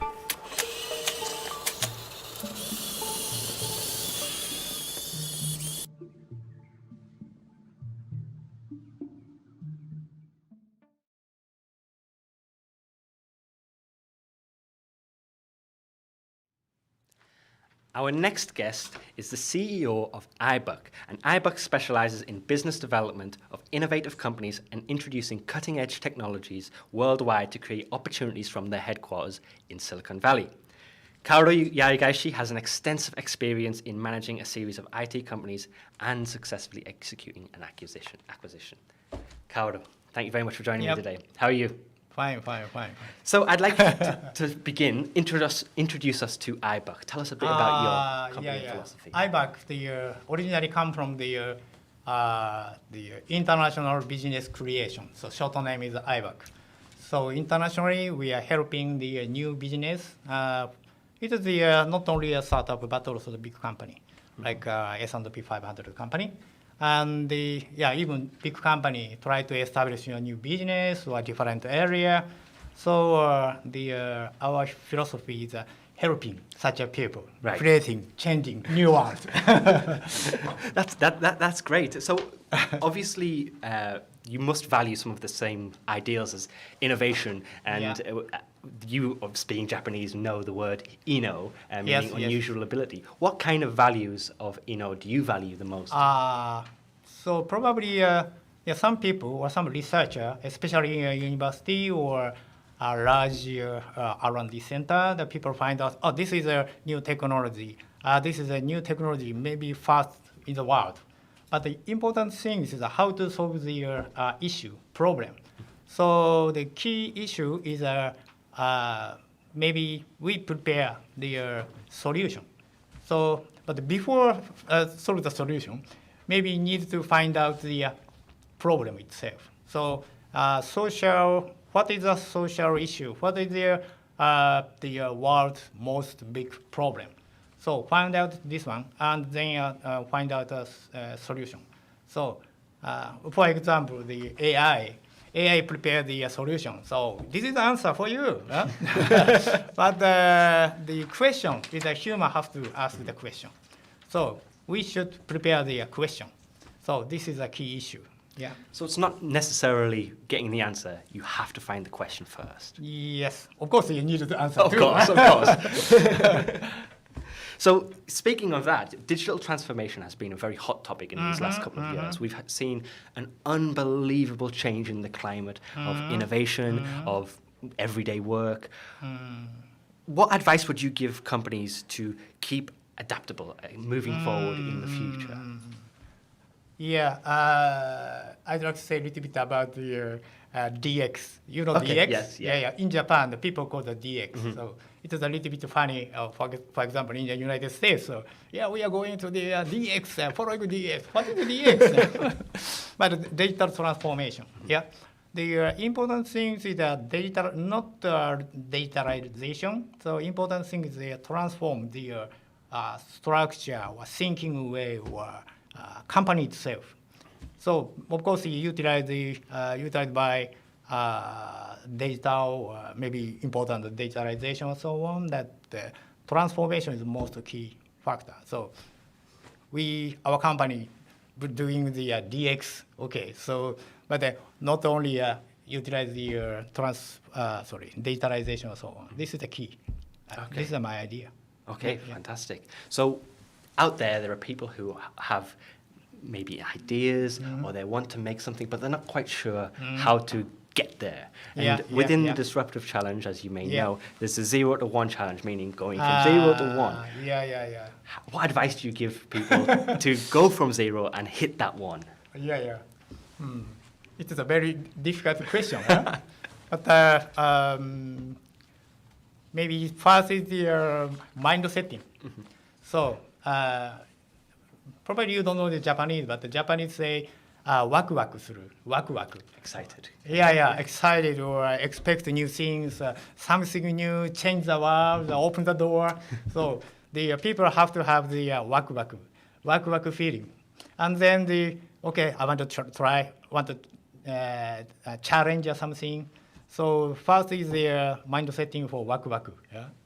And maybe second is the find out the issue or find out a question I already explained to you, and do it. So just do it, no matter what. Always do it. Yes. Well, I hope that people at home are able to take that advice and really take it in heart. And not only are we talking about people who have applied to the program and are involved in the program, we want everybody to embrace their inno, as we say. And also, in addition to that, let's add waku waku. So. Sometimes Japanese company, the new young guy or creative guy or sometimes crazy guy. I have an idea, but the top management or senior management considering, so how to get the money? When you get the black, plus, not minus, how to get the profit. But they do it, otherwise they are very difficult to find out that this is okay or not. So normal business, they are making the business plan or a precise schedule or something. But the new area, nobody knows. Do it. Well, every innovator has to leap into the unexplored to succeed. Well, thank you very much, Kaoru. It's been a pleasure to have you. I hear you're going down to the main stage with all the other cooperative partners. I hope you have a great time there. Thank you very much. Okay, thank you very much. Thank you very much. Thank you.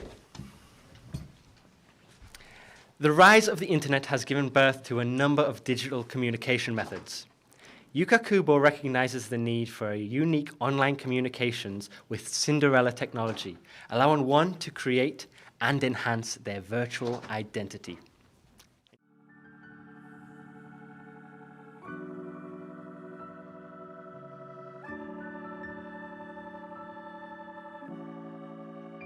There's a word you should know when it comes to modern-day aesthetics, a word you may not have heard before. That word is mori. Mori is a Japanese word that represents the unique behavioral communication that spread amongst Japanese girls in the digital space, starting in the late 90s. In other words, your mori is directly related to your virtual identity. Changing your clothes, makeup, and even lifestyle according to the standards of individual communities? Well, that's mori. Mori represents a desire to harmonize with communities, to go against societal norms, and to be curious about change. Cinderella technology measures and quantifies that mori characteristic in girls. Cinderella technology lets Japanese girls of the modern era create and publish appealing visuals in a brand new form of media. Yuka Kubo, the creator of the technology, explains that everyone nowadays has two identities, the real identity known by people they're close to, and the virtual identity known by countless more online. The perceived gap between these real and virtual identities is then measured. In order to perform detailed analysis on this gap, Scanry, a device that captures three-dimensional facial models, is used.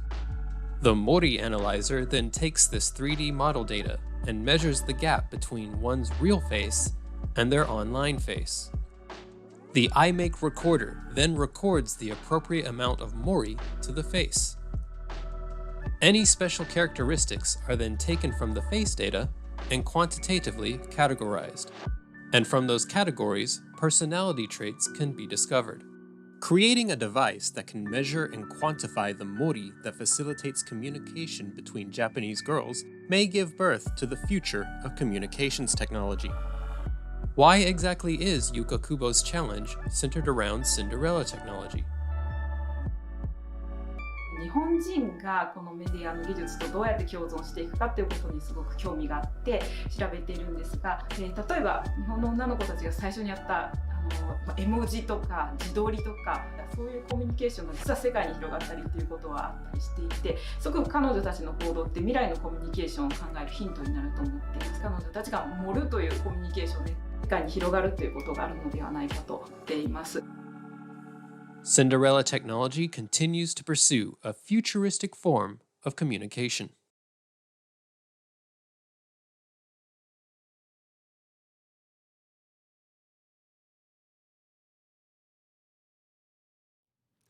At its core, the Disruptive Challenge is about variety and intuition.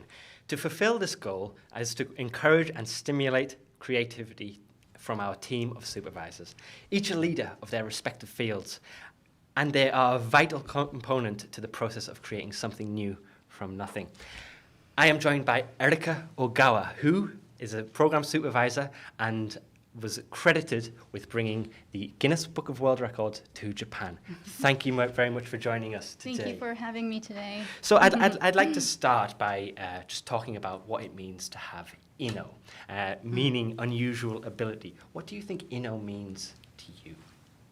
So the audience here, by the way, just to remind me, are like everyone around the world? Around the world, Okay. yes. So it's in English, and we're going to use this new word that we're teaching to the international schools. Yes, I would love everyone to look into what each of these characters mean. Different, and then all the skills that it's, for me, it's about like leaping into a different world without fear. Everyone, I mean, I even would be fearing to discover a new world. But once you go to just have that first step forward, your world changes, and it's about like pushing your boundaries to become that, like challenging yourself, I guess, to become someone different or someone greater, or finding your true self, probably. Yeah. So I saw some similarities between, watching the Guinness World Record, like the holders, challengers.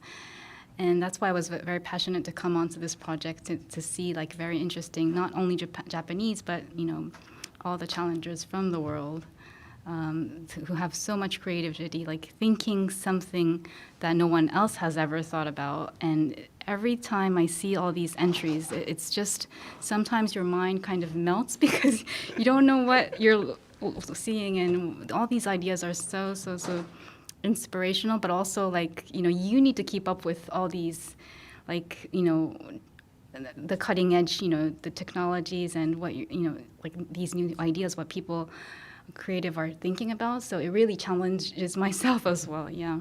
So you're a supervisor. You've been a supervisor for a number of years with the innovation program.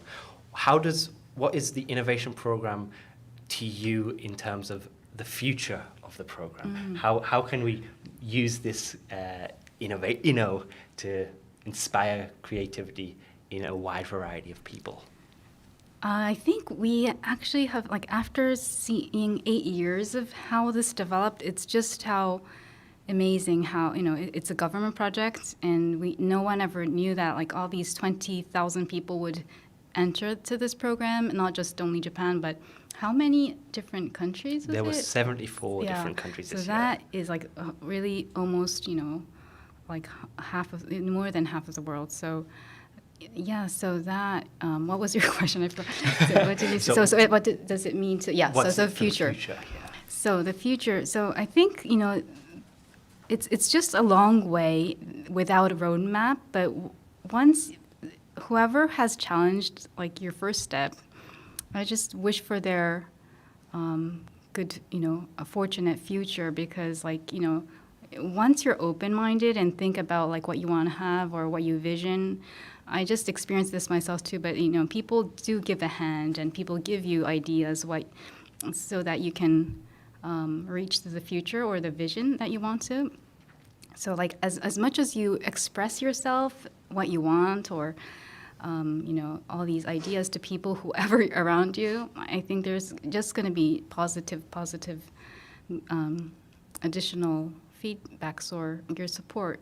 But also, one of the things that I did recognize, me challenging as well, was you also need to be ready for hard feedbacks to be, overcome what's not going well. So I think, just be ready, and you need to really mentally, be healthy and ready for it. Yeah, one of the common themes that we've been hearing all day is that failure is a tool that you've got to really embrace to succeed, not only in the innovation program, but just in general in life. And it's one thing that we're trying to encourage in this show today. So I want to hear a little bit about international collaboration, essentially. The innovation program is lucky to be one of the few of its kind where it's an international, anybody can apply, and that's been that way since 2020. How do we get people to collaborate more internationally, do you think? Yes, it's really, it seems to be an easy question, like, be open-minded and be open for everyone to, like, come to you, and also, like, you going to the other sides of the world, or, but yes, it's really getting used to know, like, the difference, or understanding that people sometimes think differently, and kind of accept that as we go forward. So it's kind of a weaving step. There's two lines, but you have to start, like, weaving, like, and then it kind of becomes one like, strong fabric. So it's really a patient steps going forward. But I think, once you start getting into that pattern, you would get to know each other. So when I used to work for a UK company, we had so much difference in culture. But we start to understand each other as we, like, give feedbacks, work on, discussing and be open about, like, what's wrong, or, how you want to make the future better, because everyone's wanting to succeed anyway, and you just need to really, be open about, what would work better in your view, and then try to kind of find that center point. Sometimes you need to compromise on the other part has to compromise, but it's just, like, continuing to go forward and not give up. I completely agree. I'm British, and I've been working in Japan for a few years. There's been that shift in dynamics in my own mental being. I think for you, like, it would be more, like, I think you're such an Inno person. I don't know. I think that's a good thing. Thank you very much. Just before we go, do you have any comments for anybody out there watching, something that you want them to take home and really incorporate into their own innovation lifestyle? So forget about what you've thought was a success yesterday, and, start looking at something you didn't believe in, or, it's really about changing your mindset, and, like, not, nothing so special. It's just trying to think broadly, I guess. Thank you very much. That's a great message to take home. Well, I'm really happy that you were able to join us today. I hope you enjoy the rest of Open Innovation. I thank you for joining us with English for the first time. It's been a new experience for us all, and I'm really happy that you were able to share this with us. Thank you. I enjoyed it very much. Thank you. Thank you very much. When you think of technology, you usually think of mechanical gears and rustic colours, but Akira Nakayasu has combined his technology with art, creating a mesmerizing display of deep-sea anemone teeming with vibrance that can only be described as Inno. Enjoy. Mysteriously animated tentacle-like objects.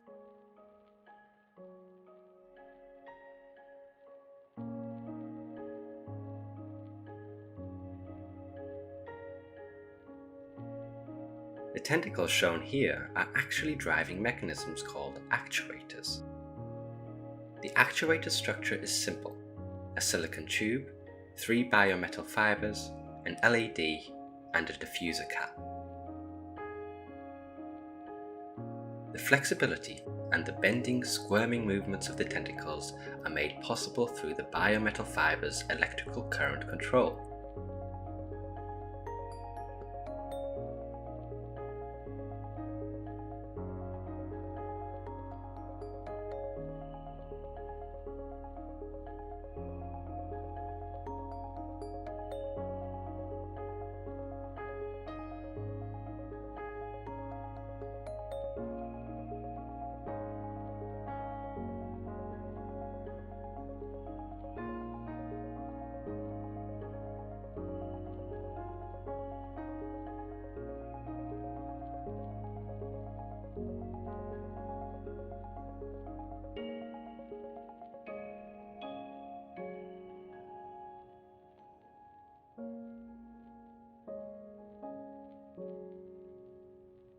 Here's a visual of the optical flow.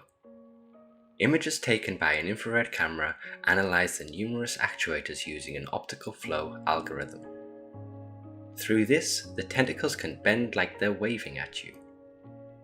They can also respond to hand movements with a sound.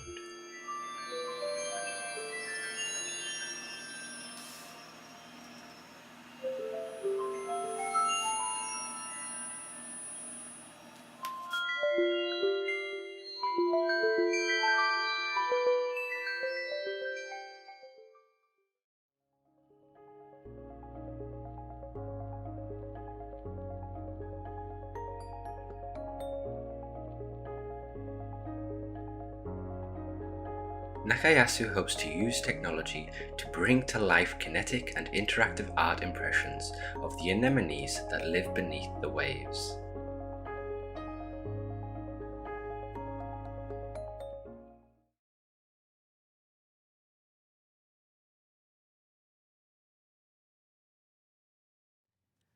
One of my favorite aspects of the innovation program is the wild variety of unusual ideas that are worked on by its challengers. Our next guest has taken the concept of Inno and created a wonderfully intriguing technological piece of art. We saw it earlier with the flowers and using the light. It was great. I loved it. So please welcome Sanoa Hanazono. Thank you so much. Thank you very much for joining us today. How are you?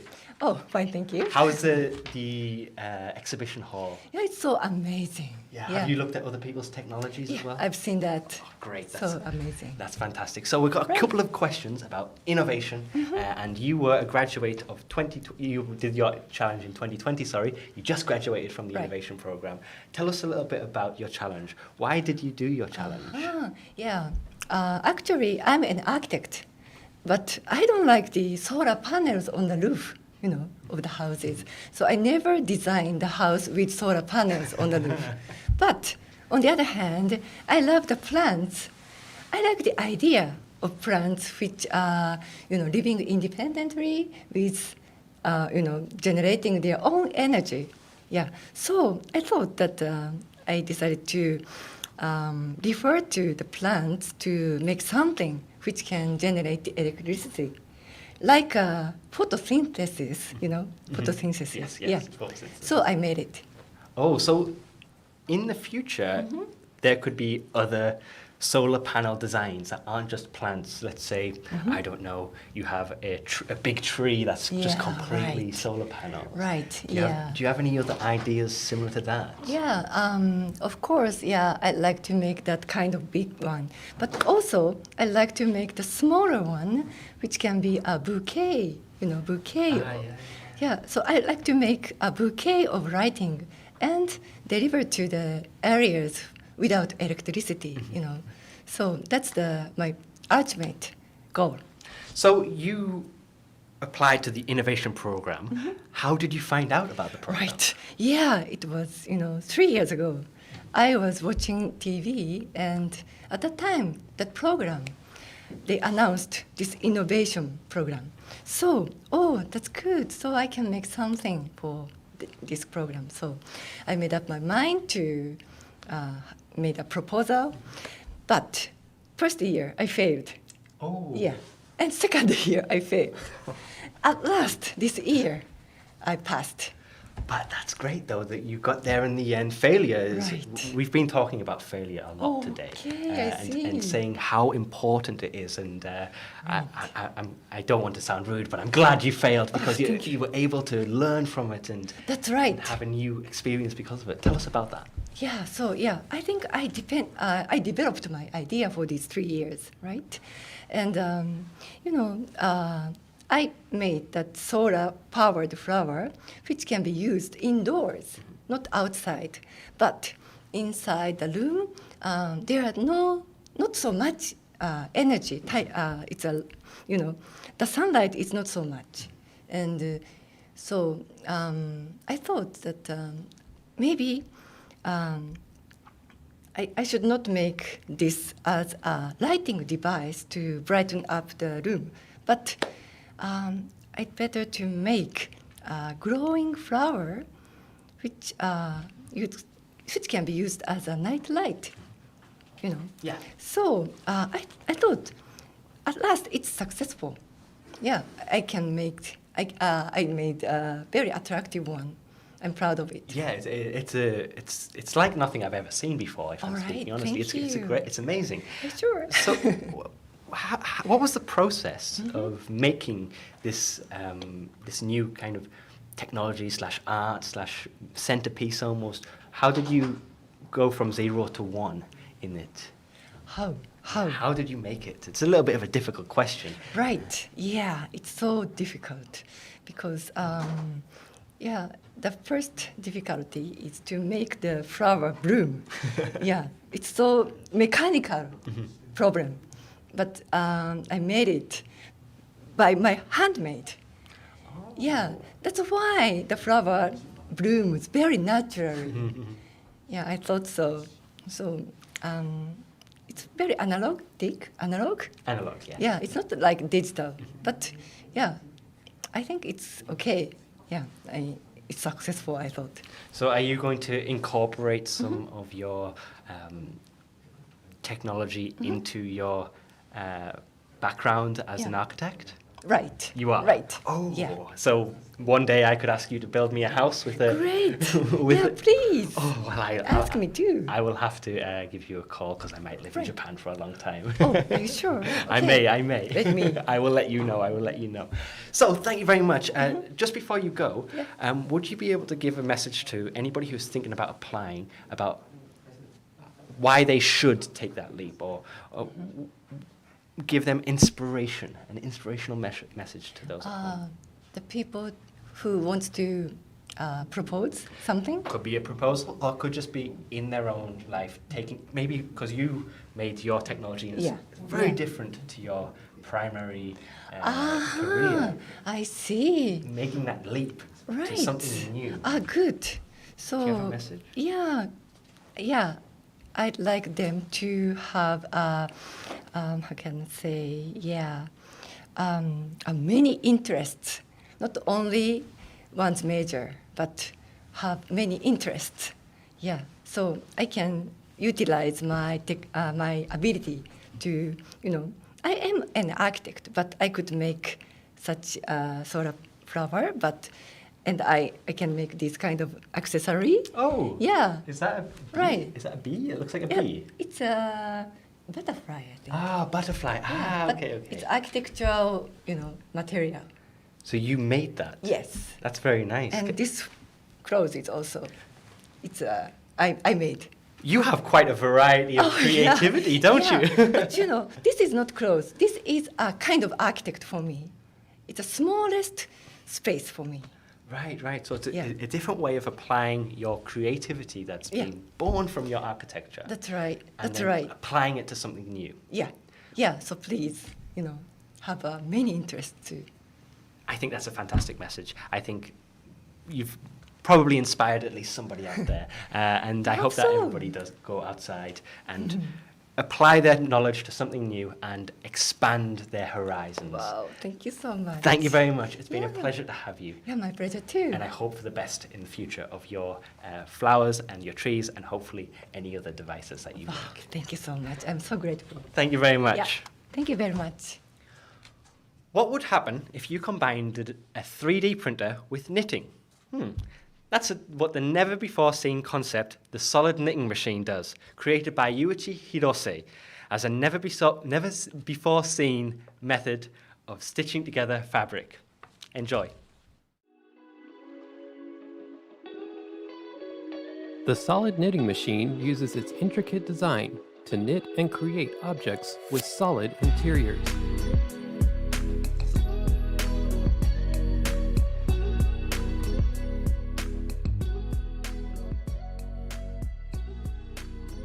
In solid knitting, the bottom layer is created using a stockinette stitch, while knitted textiles are then layered to create the three-dimensional solid center.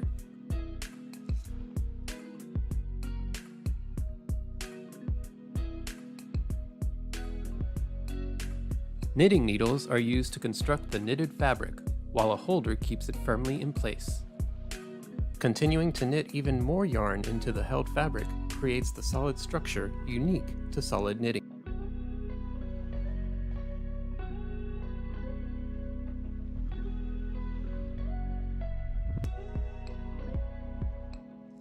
Here's what Hiroshi had to say. Knitting follows blueprints called knitting charts, which look just like bitmap images. With these blueprints, even people far away from each other can create the same object. You can communicate using only information. Knitting itself essentially carries that digital characteristic, so I thought I could put that to use for objects to have a solid center. Hiroshi is now improving this machine to knit objects based on inputted 3D data.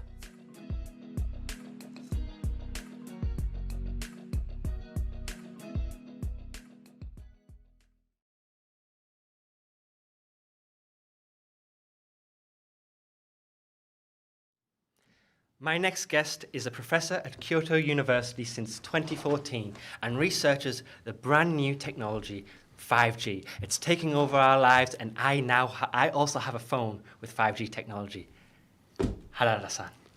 Nice to meet you. Nice to meet you. Thank you very much for joining us today. Yeah, thank you very much for inviting me. So 5G, it's brand new technology. It's taken the world by storm. I can download a movie in 30 seconds now with my phone. How has it changed innovation? That's a very interesting question. So we should understand the difference between 4G and 5G. 4G is enhancement of all of the users, so applications. But 5G is not only users, also that can be used for the social, a kind of social risk environment or social security and so on. So this means that I think we should consider the not only normal consumers, also we need to consider the much social innovative areas. For example, smart city or smart utility network, or based on such kind of social network plus consumer networks. So we should combine together. The 5G will do such kind of things. And 6G, currently we are researching on the 6G. So 6G is more enhancement of that kind of systems.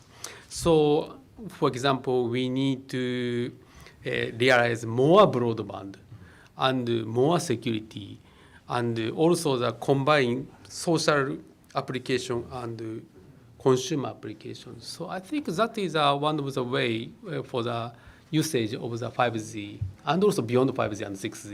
So you're currently working on 6G. Yes. What will we be able to sort of utilize this for? What are the potentials that can happen here? So 6G is, I think we would like to reduce the disability. So currently in the world, there are so many disability. We would like to eliminate this. We should realize ability. So everything should be, so we should do everything. So that's beyond the nationality, beyond the problem, or beyond the disease. So we need to overcome everything. So 6G must resolve all of the social risk and current our risk. So that is, I think, so very important point. And if everybody or so many our friends will consider the next application or next research area or next development, we should consider that kind of direction. So I think that is a future of the beyond 5G, I think. That's quite amazing. I would never have I haven't even thought about 6G yet, and here you are at the forefront of bringing it to the world. Do you have a timeline? Yes, currently Z means 4G, 5G. All of the mobile communication developed by using 10 years. 10 years is 1G. That's why, 1G is from 980, 990 is 2G, and 2000, is 3G, and 2010, 4G. Right now, 2020, that's why 5G. The 6G will start 2030. So we'll see it in 10 years. Yes, but not 10 years, because research should finish before 2025, because many people need to develop actual devices. That's why we need to have 5 years. That's why we should all of the research before 2025. So the clock is running out. Running out, and also standardization is currently ongoing. So for the 6G, because if we need to have more frequency, we need to have a consensus of the world. So that's why we need to take more time. So from 2025 to 2030, we should consider all of the negotiations all over the world to use such kind of new device. But still, we don't understand what's a new device. So 2007, we got the iPhone and Android. That's 2007. That's a smartphone era. So right now, smart home era. So by using smart devices, we can collect all of the voice information and also text information. By using AI, we can do the automatically recognition of the voice and everything. But what's the next device? Drone, or I don't know what is the device, new device, to collect all of the environment sensing informations. So all of the people who watch this movie should consider what's a new device. I don't know, still we don't know. We will provide more broadband, high reliability security things, and high response device, radio communication system, but how to use it, that's a very important point. So if you're at home and you're watching here today, think about how you could apply your knowledge to create a new method of communication and use 6G technology, which we will see in the next few years, and really revolutionize the world and the internet and communication technology as a whole. Yes. It's kind of brilliant that we're at the innovation program right now, because this is a program that was initially built to enhance the ICT field, initially in Japan. We're looking now that it's opened out to the world. I have been asking this a lot of people today, the meaning of the word inno. So we've heard about the kanji, we've heard about people's feelings and how it applies to them and their own innovation. What does it mean to you? Yes, that's a very important. So kanji or such kind of culture is, I can say that kind of thing, platform. So the goal of the Inno is to develop new platform So what is a platform? Platform is a hardware platform, software platform, or application platform. But I don't know what's the next step. Next platform. Platform should be very easy to use in by all over the friends, and also that can be export to everywhere. So that will be platform. So we should develop platform. Inno is one of the kind of supporter to develop who would like to develop actual platform.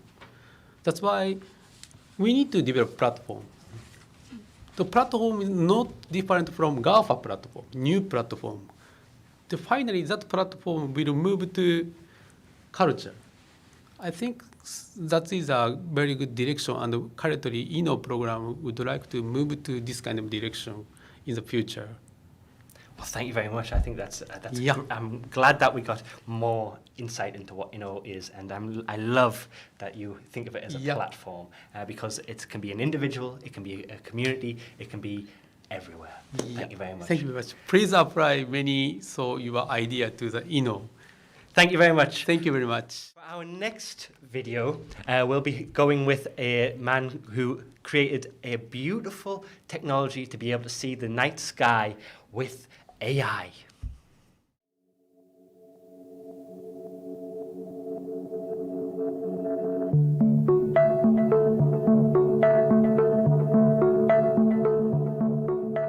The development of AI that detects stars in the night sky, along with the analysis and processing speed required to transform the data into one picture, has been upgraded.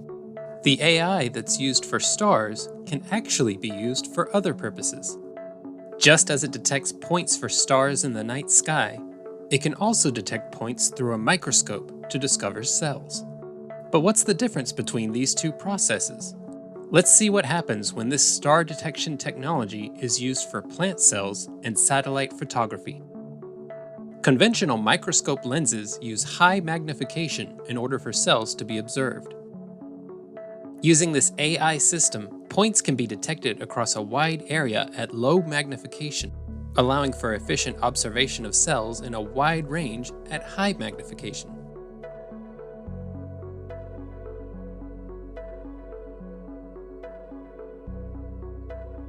Here's a test of point detection from the Japanese archipelago. Notice how it's possible to see fishing boats and dams using the AI point detection system. Detected areas are highlighted in green. As this AI system evolves, it can be put to use in an increasing amount of fields.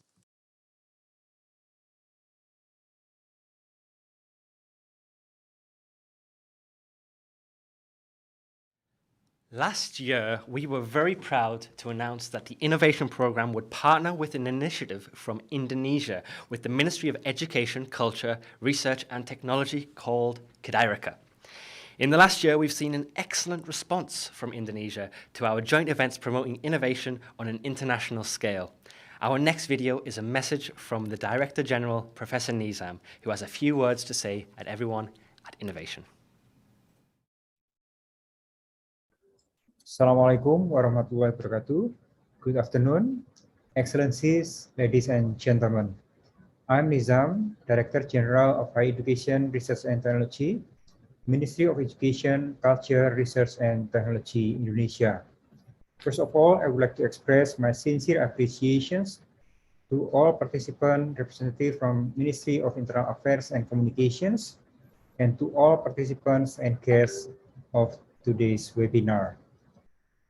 Erika is one of the most contemporary solutions to synergizing higher education's contributions to the industry commercializations, as well as to the community use of innovation from university for advancing the innovations in education and Indonesian economy.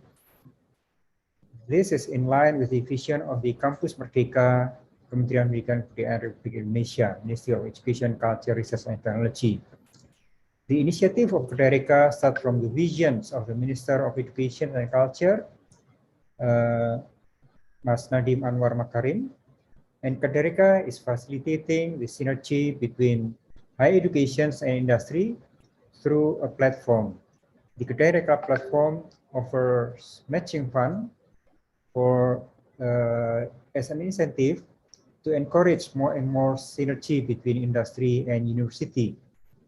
The Directorate General of Higher Education, Research and Technology has dedicated a new team on conceiving and managing the Erika platform, and the team in Erika is also consisted of consultants from multinational companies, academicians, and media platforms with years of experience and proven expertise.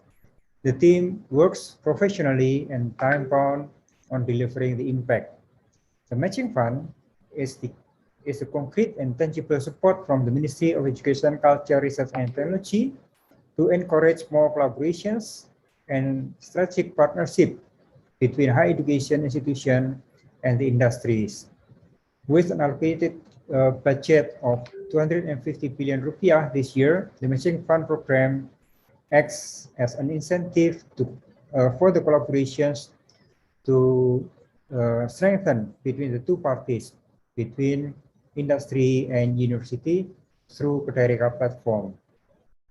The matching fund is prioritized for collaborations or synergy that contribute to and are in line with all key performance indicators in our higher education institutions.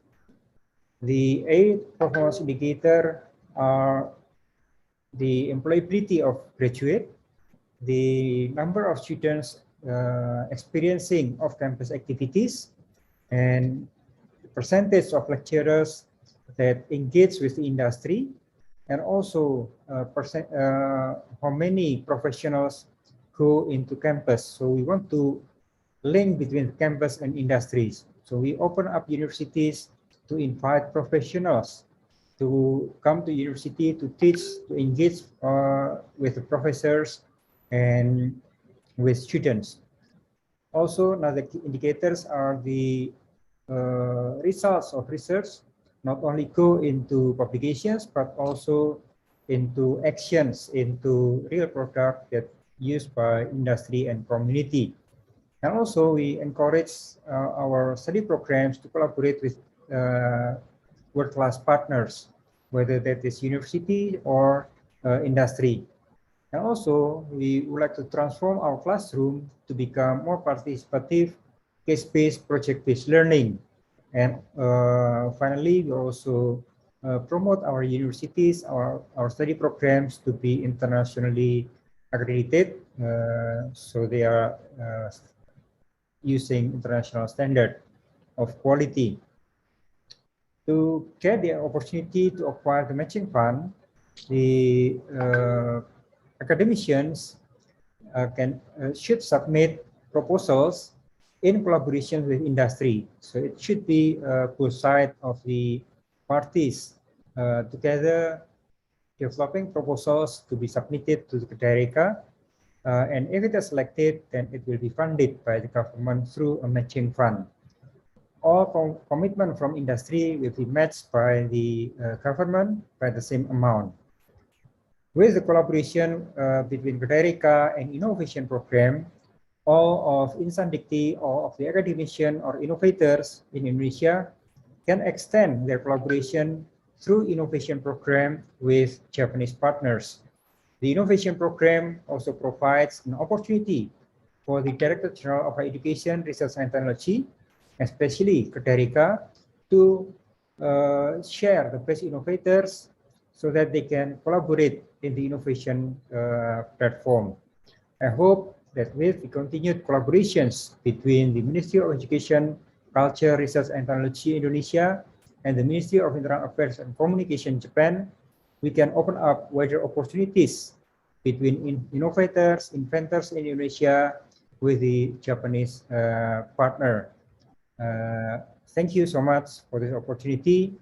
Good afternoon. Wassalamualaikum warahmatullahi wabarakatuh.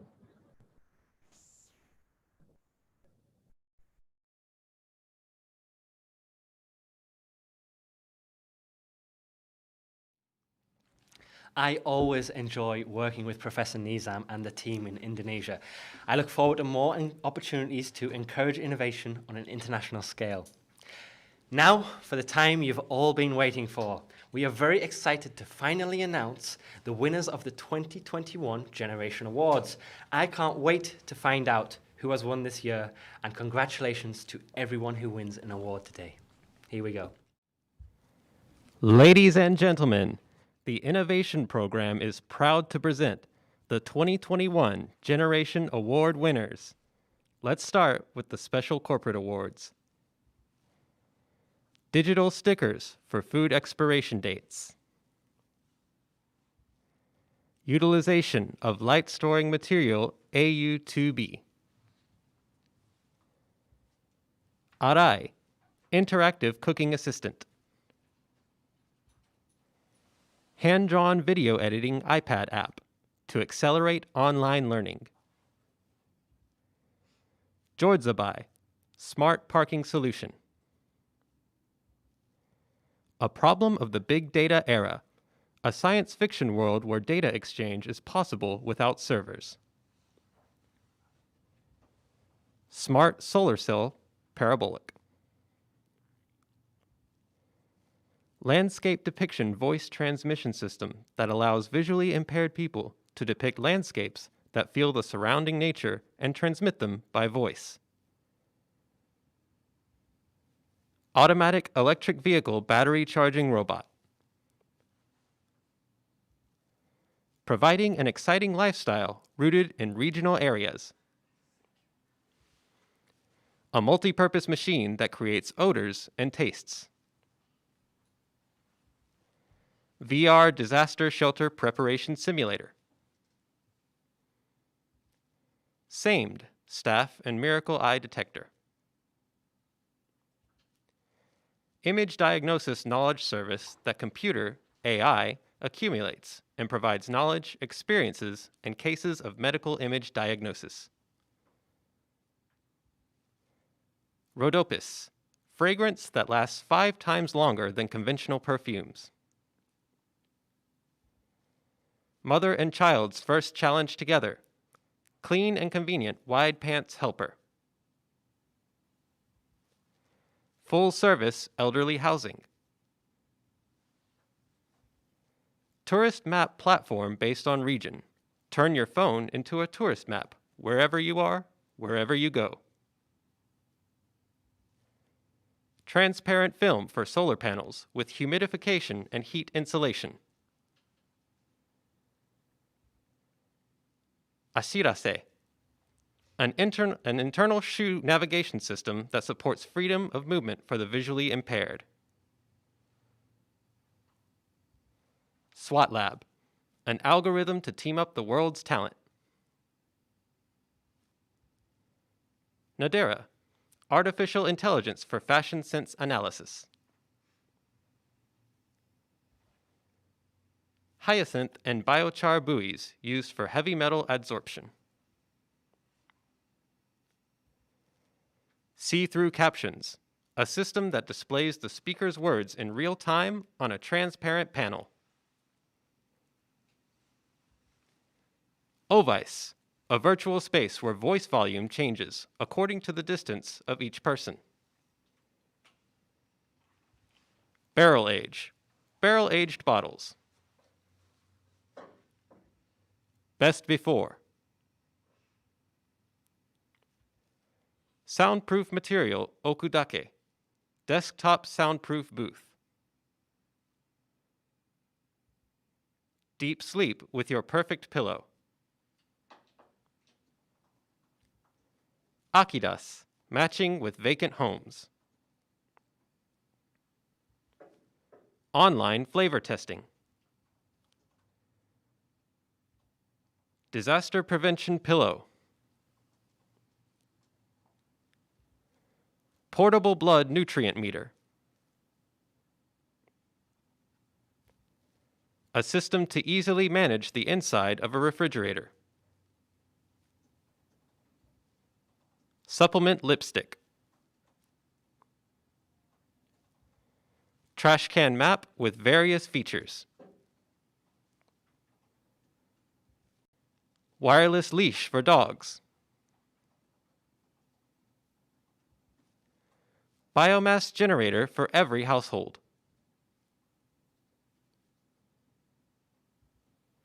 Device to capture food aromas. Recipe proposal app.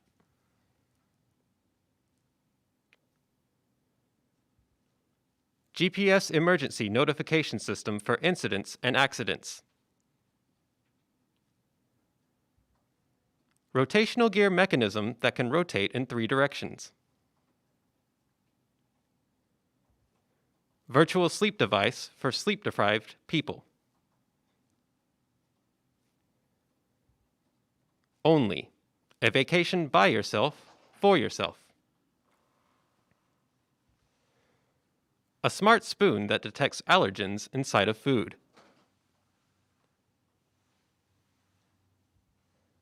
System for a better digital currency for the future. VR you can feel. Garbage truck for the coast. Eliminate plaque just by rinsing your mouth.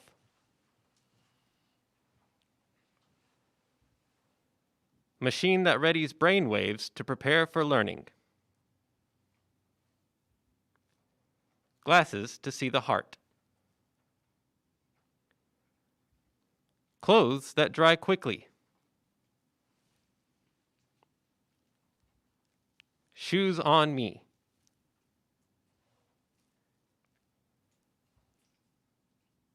And magic paint. Congratulations to all of our special corporate award winners. Now, let's take a look at the category awards. For the related to taste field, development and database creation of appetizing local emergency food. For the new perspective field, Oko, note that visualizes anger. For the new way to see field, the world's first bloodless blood sugar sensor. For the related to smell field, search for odor sources with a biohybrid drone combined with silk moth antennae.